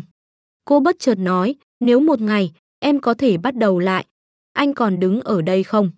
Anh quay sang nhìn cô, ánh mắt nghiêm túc, anh không cần em bắt đầu lại. Anh chỉ cần em là em. Cô bật cười, nước mắt rơi mà không hay. Cô chưa hứa hẹn, chưa vội mở lòng, nhưng trong khoảnh khắc đó, trái tim cô đã không còn đau như trước. Phía xa, mặt trời dần ngả về phía đường chân trời, ánh hoàng hôn nhuộm đỏ cả biển trời. Sóng vỗ rì rào, như đang thì thầm điều gì đó. Trong khoảnh khắc ấy, Giản Giao nhận ra, kết thúc không phải là bi kịch. Kết thúc là cơ hội để sống lại, để yêu bản thân một lần trọn vẹn. Cô đã tha thứ, không phải cho người khác, mà là cho chính mình. Sau chuyến đi biển hôm đó, Giản Giao bắt đầu cho phép bản thân sống chậm lại. Cô không còn ép mình gồng lên trong mọi thứ, cũng không cố tỏ ra mạnh mẽ để làm vừa lòng bất kỳ ai. Lịch trình làm việc vẫn dày đặc, nhưng cô học cách từ chối những hợp đồng không cần thiết, học cách ăn sáng đầy đủ, ngủ đúng giờ và quan trọng hơn hết là học cách đối xử dịu dàng với chính mình. Tần Lâm vẫn xuất hiện đều đặn trong cuộc sống cô như một dòng nước âm thầm len lỏi, không ồn ào nhưng thấm sâu. Anh không vội vàng, không đòi hỏi gì. Mỗi buổi tối, khi cô kết thúc công việc muộn, Tin nhắn của anh luôn đến đúng lúc, em ăn gì chưa?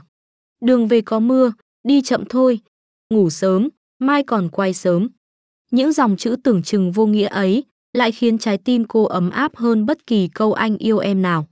Có lần, cô hỏi anh, Tần Lâm, sao anh kiên nhẫn với em đến vậy? Em không phải người dễ yêu. Anh nhìn cô rất lâu rồi nói, anh không yêu vì em dễ yêu. Anh yêu vì em xứng đáng được yêu. Câu nói ấy khiến cô suýt khóc. Trong nhiều năm, chưa ai từng nói với cô như thế. Một buổi chiều mưa, sau khi quay xong một đoạn quảng cáo ngoài trời, giản dao bị ướt hoàn toàn. Cô về nhà trong bộ dạng như chuột lột, vừa bước vào sảnh chung cư thì đã thấy Tần Lâm đứng đó với một chiếc ô và 2 ly trà nóng. Anh mỉm cười, anh đoán mưa nên đến trước. Cô nhìn anh một lúc rồi đột ngột hỏi, Tần Lâm, em có thể thử yêu anh được không? Anh thoáng sững người, rồi ánh mắt dần trở nên ấm áp như ánh lửa trong đêm đông. Anh đợi được. Anh đáp. Cô cười, nụ cười nhẹ nhàng nhưng trong lòng như vừa gỡ được một tảng đá lớn đè nặng suốt mấy năm qua. Họ bắt đầu bên nhau không ồn ào, không công bố rầm rộ, cũng không quá giới hạn. Chỉ đơn giản là đi cùng nhau mỗi ngày, ăn cùng bữa tối, xem một bộ phim dài, hoặc đơn giản là cùng lặng im nhìn bầu trời từ ban công nhỏ. Cô dần phát hiện ra Tần Lâm không chỉ dịu dàng mà còn cực kỳ kiên định. Có lần, khi một tờ báo lá cải đưa tin bịa đặt rằng cô dùng mối quan hệ để chen chân vào show truyền hình mới, anh lập tức nhờ luật sư gửi công văn đính chính, đồng thời dùng tư cách nhà đầu tư yêu cầu đài truyền hình xử lý truyền thông. Anh không muốn em chịu thêm một tổn thương nào nữa. Anh nói. Cô nhìn anh, đôi mắt long lanh nước. Có thể không phải là người cô yêu nhiều nhất trong đời, nhưng chắc chắn là người khiến cô cảm thấy an toàn nhất. Nhưng cuộc sống không bao giờ bằng phẳng mãi. Một buổi sáng, khi cô đang chuẩn bị rời khỏi nhà thì nhận được một cuộc gọi từ bệnh viện trung tâm. Đầu dây bên kia là bác sĩ điều trị của Giản Thi. Chúng tôi cần cô đến gấp, bệnh của Giản Thi đang chuyển biến xấu. Cô lập tức bỏ dở mọi việc, chạy đến bệnh viện. Khi cô đến nơi, Giản Thi đã được đưa vào phòng cách ly đặc biệt. Qua lớp kính, cô thấy em gái gầy rộc, mặt trắng bệch, thở oxy bằng mặt nạ. Một hình ảnh đau lòng đến mức trái tim cô như vỡ ra. Đúng lúc đó, Mạnh Mỹ Trúc từ hành lang bước ra, ánh mắt như vừa khóc xong. Cô đến rồi, bà ta nói, không còn vẻ ngạo mạn thường thấy. Lần này, thật sự là nguy hiểm. Giản Dao không đáp, chỉ nhìn vào phòng bệnh. Một lúc sau, bà ta quay sang cô, hạ giọng, tôi biết, những gì tôi nói với cô lần trước là thật tàn nhẫn. Nhưng giờ tôi không còn lựa chọn nào khác. Giản Dao lạnh lùng hỏi, ý bà là gì? Mạnh Mỹ Trúc đưa cho cô một hồ sơ y tế. Lần này, người có tủy phù hợp nhất lại là cô. Cô giật mình. Bà nói gì? Tôi không đùa. Bác sĩ xác nhận, lần này thật sự cần đến cô. Nếu không, con bé sẽ không qua khỏi. Cả người Giản Dao như đông cứng. Một phần trong cô muốn bỏ mặc, muốn dứt khoát như cách cô đã làm với quá khứ. Nhưng khi ánh mắt cô dừng lại trên khuôn mặt gầy yếu của Giản Thi, bao nhiêu oán hận cũng không thể lớn hơn tình máu mủ. Cô không tha thứ cho mẹ kế, không tha thứ cho Phó Thịnh Niên. Nhưng cô không thể làm ngơ trước em gái cùng huyết thống. Sau vài giây yên lặng, cô thở ra, tôi đồng ý. Nhưng sau lần này, tôi và gia đình các người sẽ hoàn toàn kết thúc. Mạnh Mỹ Trúc rơi nước mắt, nhưng không dám nói gì thêm. Khi Tần Lâm biết tin, anh chỉ siết chặt tay cô và nói, anh sẽ ở bên em. Không một lời ngăn cản, không một chút trách móc. Trong giờ phút người khác rút lui, chỉ anh là bước tới. Ca phẫu thuật lấy tủy được lên lịch gấp. Trước giờ vào phòng mổ, Giản Dao ngồi trên giường bệnh, ánh mắt nhìn về phía cửa sổ, miệng mỉm cười. Cô chưa bao giờ nghĩ một ngày mình lại tự nguyện quay lại nơi từng khiến cô đau đớn nhất, nhưng giờ đây, cô không còn sợ nữa. Vì cô biết, cô đang làm điều đúng, vì chính mình, chứ không còn vì ai khác. Khi cánh cửa phòng mổ đóng lại, Tần Lâm ngồi bên ngoài, hai tay nắm chặt, ánh mắt kiên định nhìn về phía đèn báo hiệu phẫu thuật. Anh không lo vì anh tin ở cô mạnh mẽ hơn bất kỳ ai anh từng biết. Và lần này, anh sẽ là người đợi cô trở về, không phải để yêu một Giản Dao tan vỡ, mà là để cùng một Giản Dao tái sinh, bắt đầu lại, rực rỡ hơn bao giờ hết. Ca phẫu thuật kéo dài hơn 4 tiếng đồng hồ. Khi Giản Dao được đẩy ra khỏi phòng mổ, cả người cô tái nhợt, nhưng gương mặt lại bình thản lạ thường, như thể cuối cùng cũng được tháo gỡ một nút thắt sâu trong tim. Tần Lâm đứng chờ ở hành lang, thấy cô hé mắt nhìn mình, môi hơi cong lên yếu ớt. Anh nắm lấy tay cô, dịu dàng nói, em giỏi lắm. Mọi chuyện qua rồi. Giản Dao gật khẽ, rồi thiếp đi. Những ngày sau đó là chuỗi thời gian cô nghỉ ngơi trong tĩnh lặng, không tin tức, không mạng xã hội, không công việc. Cô tắt toàn bộ điện thoại, chỉ giữ liên lạc với Tần Lâm. Mỗi sáng, anh mang cháo nóng đến, đút từng muỗng nhỏ, lau mồ hôi trên trán cô, đọc sách cho cô nghe mỗi tối. Anh không hỏi gì về quá khứ, không đụng chạm đến những vết thương cũ, chỉ lặng lẽ vun đắp từng viên gạch nhỏ trong bức tường đổ nát của cô. Đôi khi, Giản Dao nhìn anh, ánh mắt không còn cảnh giác như trước nữa. Có lẽ, đã đến lúc cô thật sự bước ra khỏi chiếc lồng tự giam cầm mình suốt bao năm. Vào một buổi sáng đẹp trời, khi hoa quỳnh nở trắng ban công bệnh viện, Giản Dao quyết định xuất viện. Tần Lâm đỡ cô ra xe, trên đường trở về nhà, anh nói, anh đã dọn dẹp lại căn hộ cho em. Nhưng nếu em thấy không an toàn, em có thể về nhà anh. Mẹ anh cũng rất quý em. Cô mỉm cười, lắc đầu, em muốn tự bắt đầu lại.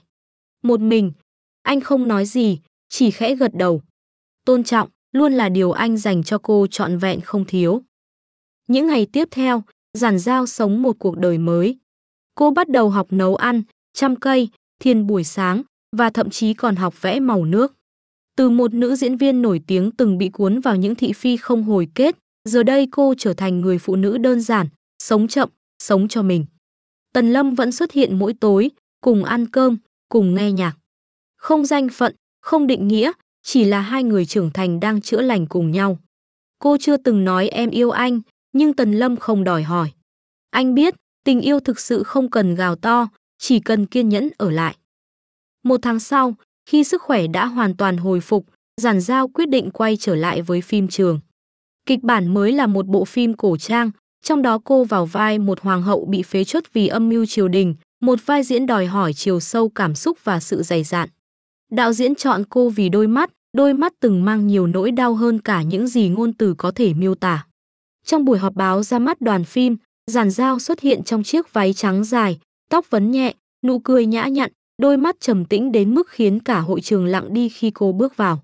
Không còn là cô gái từng luống cuống trong những scandal tình cảm, không còn là người vợ từng bị bỏ rơi, giờ đây, Giản Dao là một phiên bản trưởng thành, mạnh mẽ và đẹp đến nao lòng. Buổi họp báo kết thúc, cô đang chuẩn bị rời khỏi hội trường thì trợ lý bối rối chạy tới, Giản Dao, có người đợi chị ngoài xe, là Phó Tổng, cái tên ấy khiến tim cô thoáng thắt lại. Đã lâu rồi cô không nghe ai nhắc đến Phó Thịnh Niên. Cô tưởng mọi chuyện đã kết thúc, tưởng anh đã biến mất khỏi cuộc sống mình như một cơn ác mộng cũ. Nhưng anh lại xuất hiện, vào lúc cô bình yên nhất. Cô bước ra bãi xe, nhìn thấy anh đứng tựa vào chiếc xe màu đen quen thuộc, vẫn bộ vest lịch lãm, vẫn ánh mắt sâu thẳm ấy, nhưng gầy hơn, già đi thấy rõ. Anh đến làm gì? Cô hỏi, không lạnh lùng, nhưng cũng không còn thân mật. Phó Thịnh Niên nhìn cô, giọng khàn khàn, anh, chỉ muốn gặp em một lần. Em có thể nghe anh nói vài phút không? Giản Dao im lặng một lát, rồi gật đầu. Họ ngồi trong một quán cà phê nhỏ, tách biệt khỏi ánh đèn flash và những tiếng xì xào. Phó Thịnh Niên đặt một phong bì lên bàn, đẩy về phía cô. Trong này là nhật ký của ba em. Anh nói, anh đã lấy lại được từ tay Mạnh Mỹ Trúc. Trước khi ông ấy mất, ông ấy đã viết rất nhiều, nhưng bà ta giấu đi. Giản Dao mở ra, thấy những dòng chữ quen thuộc. Những dòng thư gửi cho cô, những lời xin lỗi chưa từng kịp nói, những hoài niệm về tuổi thơ, về người vợ quá cố, mẹ cô. Cô run tay lật từng trang, giọt nước mắt lặng lẽ rơi. Anh không đến để xin em quay lại. Giọng Phó Thịnh Niên trầm xuống, anh chỉ muốn trả lại cho em thứ vốn thuộc về em. Suốt 2 năm, anh sai nhiều đến mức không dám xin tha thứ nữa. Nhưng ít nhất, em phải biết rằng, em không hề cô độc như em tưởng. Có những người yêu em, chỉ là họ không giỏi thể hiện. Cô ngẩng lên, mắt đỏ hoe. Anh từng hủy hoại em, Thịnh Niên. Không phải vì anh không yêu, mà vì anh quá kiêu ngạo để yêu đúng cách. Anh gật đầu, ánh mắt chứa đầy hối hận. Anh biết. Anh không xin được làm lại từ đầu, anh chỉ mong em sống thật hạnh phúc. Dù là với ai đi nữa. Cô cười nhạt, em đang hạnh phúc. Nhưng không phải vì ai cả. mà vì em học được cách tự yêu mình. Câu nói ấy khiến anh im lặng rất lâu. Trước khi rời đi, Phó Thịnh Niên quay lại nhìn cô lần cuối. Nếu kiếp sau còn có em, anh hứa sẽ yêu em bằng tất cả những gì anh đã thiếu trong kiếp này. Cô không đáp, chỉ nhìn theo bóng anh khuất dần sau khung cửa kính.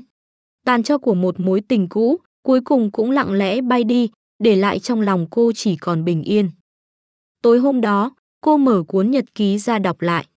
Trang cuối cùng là dòng chữ của người cha đã khuất, giao giao của ba, dù thế giới này có quay lưng với con, thì con vẫn là đứa trẻ dũng cảm nhất, xinh đẹp nhất. Hãy sống cho con, đừng sống để ai thương hại. Vì con xứng đáng được yêu, một cách đúng nghĩa. Cô bật khóc, nhưng lần này là những giọt nước mắt biết ơn. Cô đã đi qua quá khứ, đi qua tổn thương, và giờ đây, cô đã có đủ sức mạnh để bước tiếp.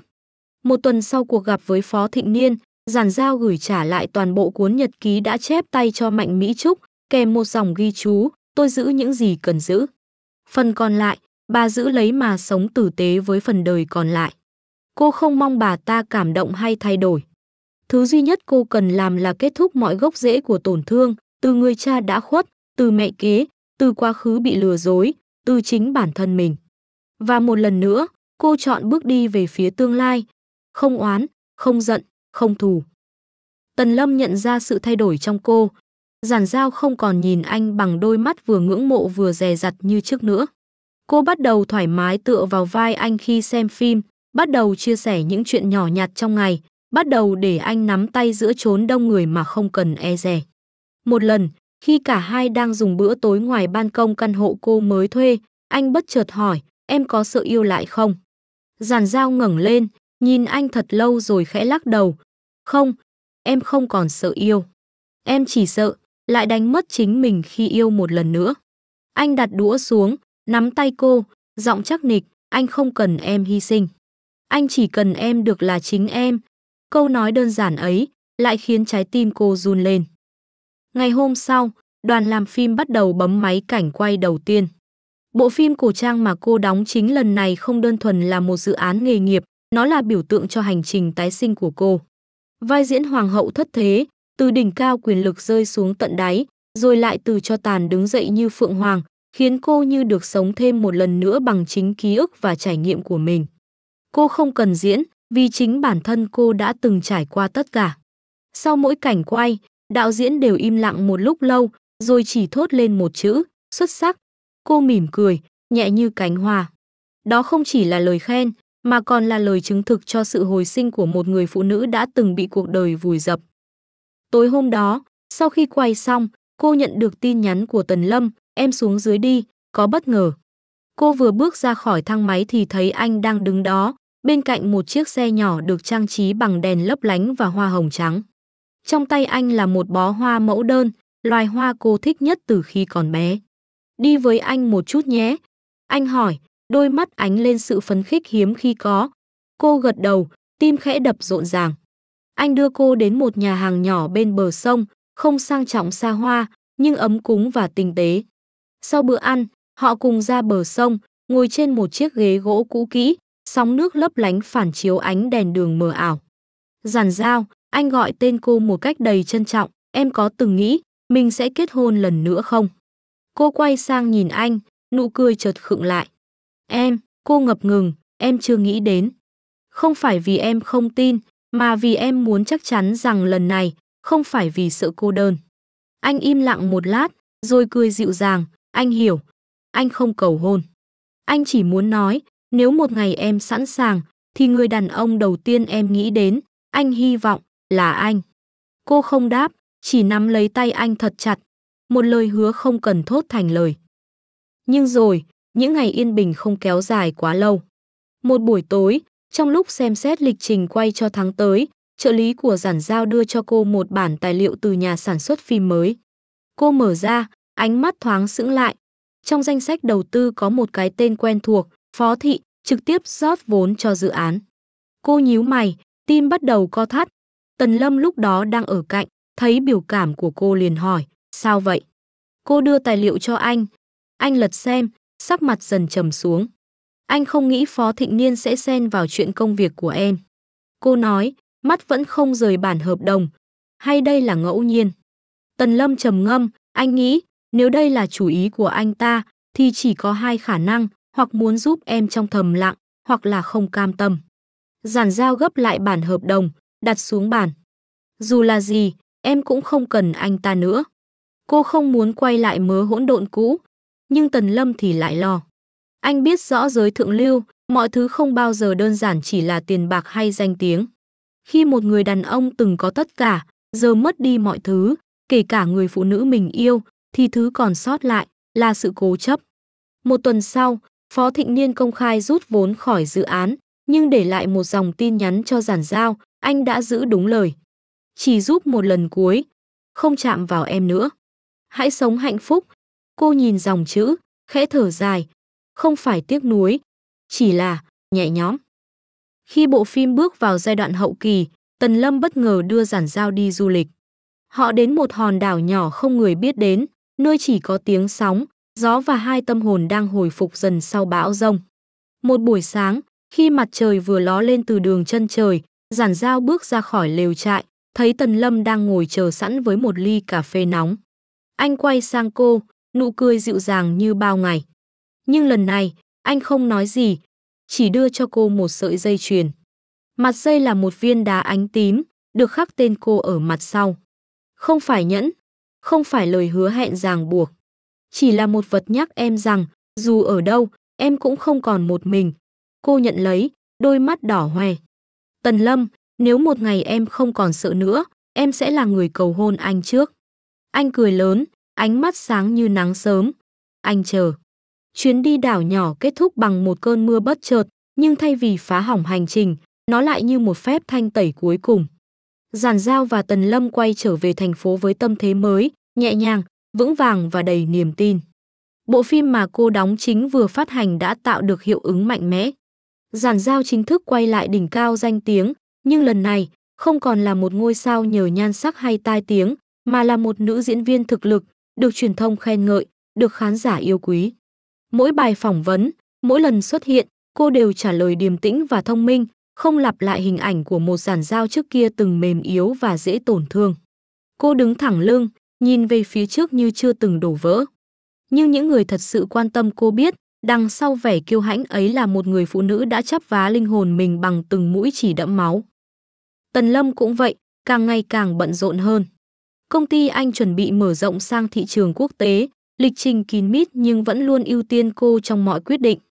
Dù là bay sang Thụy Sĩ ký hợp đồng hay đi đàm phán ở Tokyo, mỗi tối trước khi ngủ, anh vẫn luôn gửi cho cô một tin nhắn, anh nhớ em. Giản Giao cũng vậy, chưa bao giờ quên một lời chúc ngủ ngon, một câu về sớm nhé, hay đơn giản là một bức ảnh bữa ăn cô tự nấu. Họ không cần phải ở cạnh nhau mọi lúc, nhưng luôn hiện diện trong nhau. Tình yêu ấy, trưởng thành và dịu dàng như ánh mặt trời mùa thu, không chói lóa, nhưng đủ sưởi ấm.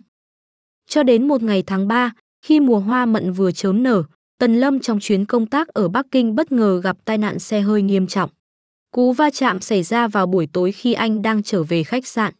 Tin tức truyền về như một nhát dao xé toạc bầu không khí bình yên của Giản Giao. Cô đang trên phim trường thì nhận được điện thoại từ trợ lý của anh. Giọng nói run rẩy trong điện thoại, chị Giản Giao, anh Tần, bị tai nạn, đang cấp cứu, tình trạng chưa ổn định. Trước khi người kia nói dứt câu, Giản Giao đã vội vàng chạy khỏi đoàn quay, nhảy lên xe, yêu cầu tài xế đưa thẳng ra sân bay. Cô bay chuyến sớm nhất đến Bắc Kinh, suốt cả chuyến bay chỉ ngồi bất động, tay siết chặt, lòng đầy nỗi sợ hãi chưa từng có. Cô từng nghĩ mình đã quen với chia ly, quen với việc những người cô yêu rời bỏ cô. Nhưng chỉ cần nghĩ đến việc Tần Lâm có thể không còn, trái tim cô lại như bị ai bóp nghẹt. Cô không chịu nổi mất thêm ai nữa. Khi đến bệnh viện, cô thấy Tần Lâm vẫn còn trong phòng ICU. Toàn thân anh đầy vết thương, gương mặt trắng bệch, các dây truyền dịch và máy móc cắm chi chít quanh người. Bác sĩ nói anh bị chấn thương nội tạng, mất máu nhiều, phải mổ khẩn cấp, hiện vẫn đang theo dõi. Giản Giao ngồi ngoài hành lang lạnh lẽo suốt cả đêm, ánh mắt trống rỗng. Mỗi tiếng động từ phòng cấp cứu vang ra, cô đều đứng bật dậy, tim như rơi ra khỏi lồng ngực. Khi cuối cùng bác sĩ bước ra, tháo khẩu trang, ánh mắt mệt mỏi nhưng gật đầu xác nhận tình trạng tạm thời ổn định. Cô ấy có thể vào gặp. Cô bước vào phòng bệnh, thấy Tần Lâm vẫn chưa tỉnh. Cô nắm lấy tay anh, nghẹn ngào, anh nói sẽ không để em một mình nữa mà, anh nói sẽ đợi em cầu hôn mà, anh còn chưa thấy em mặc váy cưới đâu, anh dám bỏ em thì em ghét anh cả đời đấy. Nước mắt rơi trên tay anh, thấm ướt từng ngón tay thon dài mà mỗi đêm từng vuốt ve má cô. Cô gục xuống bên cạnh giường bệnh, thì thầm, em yêu anh, rất yêu. Tần Lâm tỉnh lại vào sáng hôm sau, đôi mắt mờ đục dần lấy lại tiêu cự khi nhìn thấy cô đang thiếp đi trên tay mình. Anh cố nhúc nhích ngón tay, chạm nhẹ lên má cô. Giản Dao choàng tỉnh, thấy anh mở mắt thì òa khóc như một đứa trẻ. Cô không giữ hình tượng nữa, không gượng ép nữa, chỉ đơn giản là để cảm xúc tràn ra sau những ngày đè nén. Anh còn đau không? Còn, muốn uống nước không? Không cần. Muốn ăn gì không? Không. Vậy, anh muốn gì? Anh nhìn cô, cố gắng nhếch môi thành nụ cười mệt mỏi, muốn cưới em. Cô bật cười trong nước mắt. Đồ ngốc. Em chưa cầu hôn mà. Anh nắm lấy tay cô, yếu ớt nói, em vừa nói em yêu anh, vậy là đủ rồi. Tin Tần Lâm tai nạn nhanh chóng lan truyền trên truyền thông. Nhưng lần này, phản ứng công chúng lại đầy yêu thương. Fan của cả hai người đồng lòng gửi lời chúc bình phục, các tờ báo không đưa tin sai lệch mà chỉ cập nhật tình hình sức khỏe. Lần đầu tiên, cô và anh được đứng cạnh nhau dưới ánh sáng công lý, như một cặp đôi thật sự. Sau khi Tần Lâm xuất viện, cả hai chuyển đến sống chung. Không tuyên bố, không khoe khoang, không cầu hôn linh đình. Chỉ đơn giản là sáng cùng nhau ăn sáng, tối cùng nhau đi bộ, nửa đêm tỉnh dậy cũng biết có người bên cạnh nắm tay mình. Một buổi chiều, khi hoàng hôn nhuộm đỏ cả bầu trời thành phố, Giản Dao mặc một chiếc váy trắng đơn giản, cầm theo một hộp nhẫn nhỏ màu bạc. Cô đứng trước mặt Tần Lâm, trên sân thượng nơi lần đầu họ hôn nhau, ánh mắt nghiêm túc, Tần Lâm, anh có đồng ý làm chồng em không? Tần Lâm sững người, sau đó bật cười, cười đến rơi nước mắt. Anh gật đầu như một đứa trẻ, đưa tay ra cho cô đeo nhẫn. Anh đồng ý. Anh nói, từ bây giờ, nếu em buồn, anh sẽ ôm em. Nếu em khóc, anh sẽ lau nước mắt. Nếu em mệt, anh sẽ làm gối cho em ngủ. Nếu em nói em sợ, anh sẽ nói, có anh đây rồi. Cô ngả vào lòng anh, như một bông hoa cuối cùng sau cơn bão đã tìm được mảnh đất bình yên để nở rộ. Sau lời cầu hôn ngược đơn giản nhưng đầy cảm xúc, Giản Dao và Tần Lâm bắt đầu lên kế hoạch cho hôn lễ. Cả hai đều không thích sự phô trương, càng không cần những nghi lễ xa hoa để chứng minh tình yêu. Nhưng dù giản dị đến đâu, đám cưới vẫn là một lần đánh dấu, một lời hứa chính thức trước thế giới rằng chúng ta đã chọn nhau, sau tất cả. Giản Dao tự mình thiết kế thiệp mời, sử dụng màu tím nhạt và hoa mẫu đơn làm họa tiết chủ đạo. Tần Lâm thì lo việc tìm một nhà hàng nhỏ ấm cúng trên đỉnh đồi phía ngoại ô, nơi có ánh hoàng hôn dọi qua những ô cửa kính và dàn dây đèn vàng ấm. Mọi thứ đều diễn ra như mơ. Bạn bè thân thiết trong ngành ai cũng mừng cho họ, bởi chứng kiến đủ nhiều sóng gió mà cặp đôi này từng trải qua. Trợ lý của cô, từng là người chứng kiến những ngày Giản Dao lặng lẽ uống thuốc ngủ để quên đi một cuộc hôn nhân đầy tổn thương, giờ đứng bên cạnh giúp cô chọn váy cưới, đôi mắt đỏ hoe vì xúc động. Chị đẹp quá, Giản Dao, em chưa từng thấy chị đẹp như hôm nay. Giản Dao chỉ mỉm cười, cầm váy bước ra khỏi phòng thử, ánh mắt cô rạng rỡ nhưng vẫn sâu thẳm, vì cô hiểu mình đã phải đánh đổi bao nhiêu đau đớn để có được giây phút này. Ngày chụp ảnh cưới, họ chọn một vùng ngoại ô ven hồ, nơi yên tĩnh, xanh mát và không có bóng dáng của paparazzi.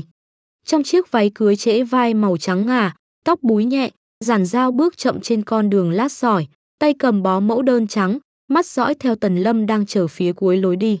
Anh mặc sơ mi trắng và vest xám, đứng đó với nụ cười dịu dàng quen thuộc, như thể cả thế giới đang thu gọn trong khoảnh khắc ấy. Khi cô đến gần, anh vươn tay ra. Em đến rồi. Anh nói, nhẹ như hơi thở. Em luôn đến. Chỉ là hơi trễ một chút thôi. Cô đáp, môi khẽ cong lên. Họ cùng nhau chụp rất nhiều ảnh, nhưng có một bức, khi Giản Dao ngẩng đầu nhìn anh, mắt long lanh. Anh thì cúi nhẹ, đặt môi lên trán cô, chính là bức mà sau này họ chọn làm ảnh cưới treo trong phòng khách. Không cần tạo dáng, không cần chỉnh sửa, chỉ đơn giản là một cái nhìn, nhưng chứa đựng cả tình yêu chân thành, không toan tính. Tuy nhiên, khi mọi thứ đang dần hoàn thiện, một tin tức bất ngờ từ bệnh viện khiến cả hai rơi vào trạng thái lo lắng. Kết quả xét nghiệm tổng quát gần nhất của Giản Dao phát hiện một số dấu hiệu bất thường. Bác sĩ đề nghị cô làm thêm một vài xét nghiệm chuyên sâu. Ban đầu, cô nghĩ đó chỉ là vấn đề nội tiết do căng thẳng chuẩn bị đám cưới, nên không nói gì với Tần Lâm. Nhưng sau lần thứ 2 lấy máu và sinh thiết, bác sĩ gọi cô vào phòng riêng, ánh mắt nghiêm trọng, chúng tôi phát hiện một khối u nhỏ ở gan. Hiện chưa rõ lành hay ác tính, nhưng tôi đề nghị cô làm sinh thiết gan càng sớm càng tốt. Giản Dao cầm kết quả trong tay, mắt tối sầm lại. Trong tích tắc, cô như quay về thời khắc cách đây 2 năm, khi Giản Thi nằm trên giường bệnh, còn cô thì đối diện với sự lựa chọn sống, chết, hy sinh. Cô đã từng nghĩ mình đã bước ra khỏi bóng tối. Nhưng hóa ra, ánh sáng chưa bao giờ là mãi mãi. Tối đó, cô không về nhà. Cô lang thang qua từng con phố, đi bộ hàng giờ đồng hồ, tay vẫn siết chặt tập hồ sơ y tế trong túi. Cô không biết phải nói gì với Tần Lâm, không phải vì sợ anh rời bỏ, mà vì sợ ánh mắt đau lòng của anh. Giản Dao đã từng một lần làm người khác chịu đựng nỗi đau mất mát, cô không muốn điều đó lặp lại. Đặc biệt là với người đàn ông mà cô yêu bằng tất cả phần đời còn lại. Khi về đến nhà đã gần nửa đêm, Tần Lâm vẫn thức, ngồi trên ghế sofa, ánh mắt lo lắng khi thấy cô bước vào. Em đi đâu vậy? Điện thoại em không bắt máy, anh lo lắm. Cô cúi đầu, mím môi. Cuối cùng, sau một hồi im lặng, cô đưa tập hồ sơ ra trước mặt anh. Em không muốn giấu. Nhưng em cũng chưa đủ can đảm để nói. Anh cầm lấy, lật từng trang, mắt dần dần lặng đi. Chúng ta còn chưa cưới mà, anh thì thào. Em chưa sẵn sàng để trở thành gánh nặng cho anh. Cô nói, giọng run lên. Tần Lâm đặt hồ sơ xuống, ôm lấy cô thật chặt. Nghe này, Giản Dao, em không phải gánh nặng. Em là lý do để anh tiếp tục sống. Nếu số phận muốn thử thách chúng ta thêm lần nữa, thì được thôi. Nhưng lần này, em không được gạt anh nữa. Chúng ta sẽ cùng nhau vượt qua, dù là gì đi nữa. Ngày hôm sau, cả hai cùng đến bệnh viện. Sinh thiết gan được thực hiện trong điều kiện nghiêm ngặt. Sau khi lấy mẫu, bác sĩ nói sẽ mất khoảng 3 ngày để có kết quả. 3 ngày đó, cả hai sống trong tâm trạng treo lơ lửng, nhưng không ai nhắc đến điều đó. Họ vẫn lên kế hoạch cho đám cưới, vẫn cười, vẫn sống như thể chẳng có gì đang chờ đợi ở ngã rẽ kia. Tần Lâm còn đùa, nếu kết quả tốt, em sẽ không được trốn hôn nữa đâu đấy. Cô cười, nước mắt rơi trong lòng. Nếu không tốt, thì em vẫn muốn mặc váy cưới một lần. Dù chỉ để chụp ảnh. Cô nói nhỏ. Không, em sẽ mặc nó để bước lên lễ đường. Bên anh, không có từ nếu. Ngày nhận kết quả, bác sĩ mời cả hai vào phòng. Bàn tay Giản Dao lạnh ngắt trong tay Tần Lâm. Nhưng giọng nói của bác sĩ khiến cô bừng tỉnh, là u lành. Không phải ung thư, nhưng nên phẫu thuật sớm để tránh phát triển. Tỷ lệ hồi phục gần như tuyệt đối. Cô sững người, Tần Lâm cũng không nói gì. Mãi vài giây sau, anh mới thở hắt ra, ôm chầm lấy cô như thể vừa được sống lại lần nữa. Em nghe rồi đó, không ai cản em mặc váy cưới nữa đâu. 1 tháng sau ca phẫu thuật, Giản Dao hoàn toàn bình phục. Vết mổ lành nhanh hơn dự kiến, bác sĩ thậm chí còn ngạc nhiên vì tốc độ hồi phục của cô, nhưng chỉ riêng Tần Lâm biết. Đó là vì mỗi ngày anh đều tự tay nấu cháo, trưng thuốc, canh từng giấc ngủ và nắn từng ngón tay cô khi trời đổ gió. Tình yêu, trong một cách kỳ lạ, chính là liều thuốc chữa lành kỳ diệu nhất. Không cần khoa học chứng minh, chỉ cần cảm nhận. Họ rời ngày tổ chức lễ cưới sang đầu mùa xuân, thời điểm hoa mẫu đơn nở rộ rực rỡ nhất. Thiệp mời đã được gửi từ lâu, không in tên cô dâu chú rể, chỉ vỏn vẹn một dòng, sau tất cả, chúng tôi vẫn chọn yêu nhau. Không ai hỏi, không ai cần lời giải thích. Những người đến dự đều hiểu, không phải vì đám cưới này quá đặc biệt, mà vì người con gái trong chiếc váy trắng hôm ấy. Từng một lần chết lặng trong hôn nhân, giờ lại có thể nắm tay một người đàn ông khác bước vào lễ đường, và mỉm cười. Ngày cưới diễn ra tại một biệt thự nhỏ trên đồi, nơi có nắng vàng lấp lánh, có mùi trà thơm và nhạc cổ điển nhẹ nhàng vang lên qua từng bụi cây. Cô không mời truyền thông, cũng không cần chụp ảnh cho tạp chí. Khách mời chỉ gồm vài người thân thiết trong giới và những người đã đồng hành cùng cô suốt những năm tháng giông bão. Giản Dao bước ra từ căn phòng phía sau, trên người là chiếc váy cưới trễ vai màu trắng ngà, đuôi váy dài thướt tha như mây khói, tóc búi thấp, cài một nhành mẫu đơn trắng. Trong khoảnh khắc ấy, tất cả mọi người đều im lặng. Cô đẹp đến mức không một mỹ từ nào có thể miêu tả. Nhưng thứ khiến người ta không thể rời mắt lại là ánh nhìn của cô, ánh mắt từng chất chứa đau thương, giờ lấp lánh niềm tin. Tần Lâm đứng chờ trước lễ đường, tay cầm bó hoa duy nhất, mẫu đơn tím. Ánh mắt anh nhìn cô không rời, như thể đang nhìn cả một vũ trụ đang bước về phía mình. Khi cô đến gần, anh không đưa tay ra như thông thường, mà cúi người, đặt một nụ hôn lên mu bàn tay cô. Cảm ơn vì đã sống sót đến ngày hôm nay. Anh thì thầm, khẽ như gió. Lễ cưới bắt đầu trong tiếng piano dịu dàng. Người chủ hôn là đạo diễn già từng gắn bó với cả hai, giọng trầm khàn nhưng ấm áp, mở đầu bằng một câu, tôi đã từng thấy họ ngã quỵ, từng chứng kiến họ tổn thương, và giờ tôi chứng kiến họ đứng dậy, bước tới, không phải một mình, mà là cùng nhau. Tất cả khách mời vỗ tay, nhưng không ai nói gì thêm. Nụ cười của mọi người đều nhẹ như nắng chiều, mang theo sự chúc phúc chân thành. Giản Giao, cô đồng ý lấy người đàn ông trước mặt, bất kể giàu nghèo, bệnh tật hay khỏe mạnh, cho đến cuối đời. Giản Giao gật đầu, mắt ngấn nước, tôi đồng ý. Tần Lâm, cậu đồng ý lấy người phụ nữ này, yêu cô ấy như lần đầu và mãi mãi không đổi thay. Anh không nói, chỉ siết chặt tay cô, rồi cúi người, thì thầm, em là tất cả.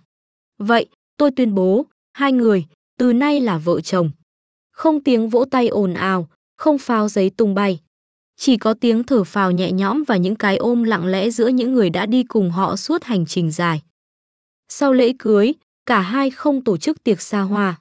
Họ ngồi cùng khách mời dưới vườn hoa mẫu đơn, thưởng thức tiệc trà và bánh ngọt. Trẻ con cười đùa, người lớn chụp ảnh, những người từng nghi ngờ tình yêu nay cùng nhau nâng ly chúc tụng. Tần Lâm kéo tay cô đến giữa khu vườn, không có nhạc, nhưng anh vẫn ôm lấy eo cô, bắt đầu nhảy nhẹ. Giản Giao bật cười, anh đang làm gì vậy? Điệu nhảy đầu tiên. Không có nhạc mà. Anh nghe thấy em thở, thế là đủ rồi. Đêm hôm đó, khi tất cả đã tàn, Giản Giao đứng một mình ngoài ban công phòng tân hôn, gió thổi nhẹ qua mái tóc. Tần Lâm bước tới ôm cô từ phía sau. Mệt không? Không, em đang nghĩ, mình đã thực sự cưới rồi sao? Chúng ta kết hôn rồi. Hợp pháp, chính thức, không điều kiện, không giới hạn thời gian. Anh có biết, từng có lúc em nghĩ, cả đời này em sẽ không yêu thêm ai nữa. Anh biết, và anh cảm ơn em vì đã yêu anh. Anh không sợ em lại thay đổi sao? Không. Vì lần này, anh là người giữ trái tim em, chứ không đòi hỏi em phải dâng nó. Cô xoay người lại, ngẩng đầu nhìn anh. Đôi mắt người đàn ông này không rực rỡ như sao trời, nhưng đủ để cô yên tâm ngủ một giấc dài mà không cần đề phòng. Giản Giao áp má vào ngực anh, nghe tiếng tim anh đập đều đặn, từng nhịp từng nhịp. Cô khẽ nói, nếu một ngày em rời khỏi thế gian này trước anh sẽ sống tiếp chứ? Không, anh sẽ đi tìm em. Ở một nơi khác, chúng ta sẽ gặp lại.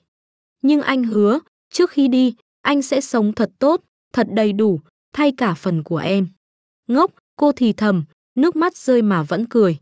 Em sẽ không để anh tìm em đâu. Em sẽ ở lại bên anh, đến khi tóc bạc răng long.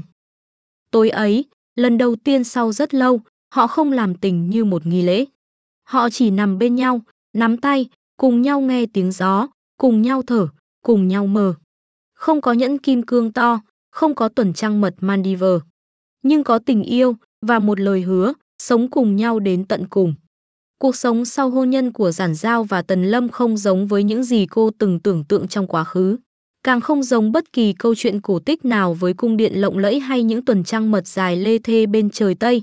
Nó rất đơn giản, rất bình dị, thậm chí có lúc còn buồn cười đến mức ngốc nghếch, nhưng lại chân thật đến từng nhịp thở, như khi cô tỉnh dậy giữa đêm vì tiếng nước nhỏ giọt trong nhà tắm, kéo chăn trùm đầu vì lười dậy, rồi nghe tiếng Tần Lâm loay hoay sửa vòi nước trong bóng tối, như khi cô nấu ăn lần đầu tiên sau hôn lễ, trứng ốp la cháy khét, cả bếp khói mù mịt, vậy mà anh vẫn ăn sạch, còn gật gù khen ngon, như khi cô quên tắt máy giặt, cả thau đồ trắng nhuộm đỏ vì chiếc váy hồng để lẫn. Anh chỉ nhìn cô cười, không trách, rồi chủ động cầm hết đống đồ đi giặt tay, nói, đồ hỏng thì thay, em đừng khóc như thể mất cả thế giới. Và như khi họ cùng ngồi xem lại bộ phim cũ cô từng đóng, bộ phim mà ngày xưa cô rơi nước mắt sau hậu trường vì bạn diễn tỏ thái độ khinh thường, Tần Lâm vòng tay ôm cô từ phía sau, thì thầm bên tai, giờ em đã khác rồi, cả thế giới đang nhìn em bằng ánh mắt ngưỡng mộ, còn anh thì vẫn chỉ nhìn em, bằng ánh mắt yêu thương như ngày đầu tiên. Mỗi ngày trôi qua, giữa những điều nhỏ nhặt nhất, tình yêu ấy lớn dần lên như một cái cây mọc rễ sâu trong lòng đất, không cần phô trương, không cần nói nhiều, chỉ cần lặng lẽ nở hoa. Sau khi kết hôn, Giản Giao không vội quay lại đóng phim ngay mà dành thời gian nghỉ ngơi, chăm sóc bản thân, đọc sách, học cắm hoa, thỉnh thoảng nhận lời mời tham gia talk show hoặc làm khách mời đặc biệt trong các sự kiện từ thiện. Cô bắt đầu chọn lọc hơn với những gì mình xuất hiện, không còn chạy theo hào quang như trước, mà sống chậm rãi và có chọn lọc. Truyền thông ban đầu không quen với hình ảnh ấy, thậm chí còn đồn đoán cô lui về làm vợ đại gia. Nhưng sau một lần phóng viên vô tình bắt gặp cô lăn lê bên lề đường, giúp dọn dẹp tủ sách cho trẻ em nghèo trong chiến dịch đọc sách cộng đồng, họ im bặt. Và công chúng cũng bắt đầu nhìn cô bằng con mắt khác, không phải minh tinh xa vời, mà là một người phụ nữ đã trưởng thành qua từng vết thương, từng lần gục ngã rồi đứng lên bằng chính đôi chân của mình. Tần Lâm thì vẫn bận, nhưng anh luôn cố gắng giữ thói quen ăn tối ở nhà, mỗi tuần đều sắp xếp một ngày nghỉ trọn vẹn để chỉ dành cho vợ, không điện thoại, không email, không công việc. Có lần anh còn đưa cô đến một nơi không ai ngờ, căn nhà cũ kỹ ở vùng ngoại ô mà bố mẹ anh từng sống lúc mới cưới. Anh tự tay sửa lại từng viên gạch, từng chiếc ghế gỗ, nói rằng nơi này là nơi anh từng hứa với bản thân rằng nếu có ngày mình cưới ai đó, thì người đó phải là người khiến mình muốn về nhà mỗi ngày. Và giờ thì anh đã có cô, người khiến mọi chuyến công tác đều trở nên vội vã vì chỉ mong về thật nhanh để thấy ánh đèn trong bếp vẫn sáng. Một buổi sáng giữa tháng 4, khi hoa loa kèn nở trắng cả ban công nhỏ, Giản Giao thức dậy sớm hơn thường lệ vì nghe tiếng nước trong phòng tắm, cứ nghĩ anh lại dậy sửa vòi nước hay quên khóa vòi. Nhưng khi bước vào thì ngỡ ngàng thấy anh đang ngồi bệt trên sàn nhà, mắt đỏ hoe, tay cầm que thử thai. Cô đứng chết lặng vài giây, rồi như chợt hiểu ra điều gì đó, tay ôm bụng, miệng mấp máy, thật sao? Tần Lâm ngẩng lên nhìn cô, nước mắt rơi nhưng miệng vẫn cười, chúng ta sắp có em bé. Cô không kịp phản ứng, chỉ lao vào lòng anh, ôm chặt như thể ôm lấy cả vũ trụ, trái tim đập loạn như hồi còn 18 tuổi. Như lần đầu biết thế nào là tình yêu, nhưng lần này, cô biết đó không chỉ là yêu, mà là sinh mệnh mới đang được tạo ra từ tình yêu ấy. Tin có thai lan ra nhanh như chớp, mẹ kế của cô, bà Mạnh Mỹ Trúc sau nhiều năm ghẻ lạnh, khi nghe tin cũng chủ động gửi hoa và lời chúc.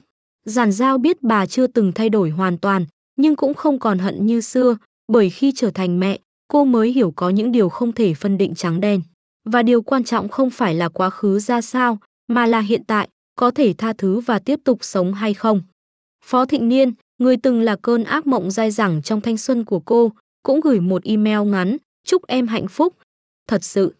Cô đọc xong, không trả lời, nhưng trong lòng thấy nhẹ nhõm như một cơn gió vừa đi qua cánh đồng đầy bụi, không còn để lại mùi hận. Khi bụng lớn dần lên, Tần Lâm càng trở nên vụng về và lo lắng, ngày nào cũng tra thực đơn cho bà bầu, mua đủ loại gối ngủ, máy tạo hơi nước, thậm chí học cả cách xoa lưng và massage chân mỗi tối. Có lần cô đùa, anh đang áp lực vì làm bố à? Không, anh chỉ muốn em được an toàn, và đứa bé cảm nhận được rằng bố nó yêu mẹ nó nhiều thế nào. Cô gật đầu, nước mắt rưng rưng, em cũng vậy, em sẽ dạy con không cần phải mạnh mẽ để được yêu, mà phải yêu để trở nên mạnh mẽ. 9 tháng sau, trong một buổi sáng mưa rả rích, Giản Giao sinh một bé gái, nặng 3,2 kg, mắt to tròn, tay nắm chặt ngón tay cha từ giây phút chào đời. Tần Lâm đứng bên bàn sinh, không ngừng thì thầm bên tai vợ, giỏi lắm, em là người phụ nữ tuyệt vời nhất trên đời. Khi bác sĩ đặt đứa bé lên ngực cô, cả thế giới như ngưng đọng, cô không khóc, chỉ lặng lẽ nhìn sinh linh nhỏ bé kia, chạm nhẹ lên má con, và nói, chào con, mẹ là Giản Giao, và từ hôm nay, con là ánh sáng của mẹ.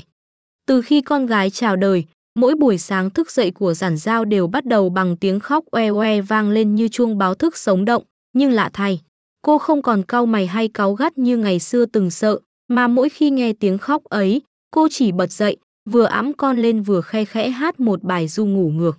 Miệng mỉm cười ngay cả khi chưa đánh răng rửa mặt, vì đứa bé ấy, với đôi mắt đen láy và mái tóc mềm như lông tơ, chính là điều tuyệt diệu nhất mà số phận từng ban tặng cho cô.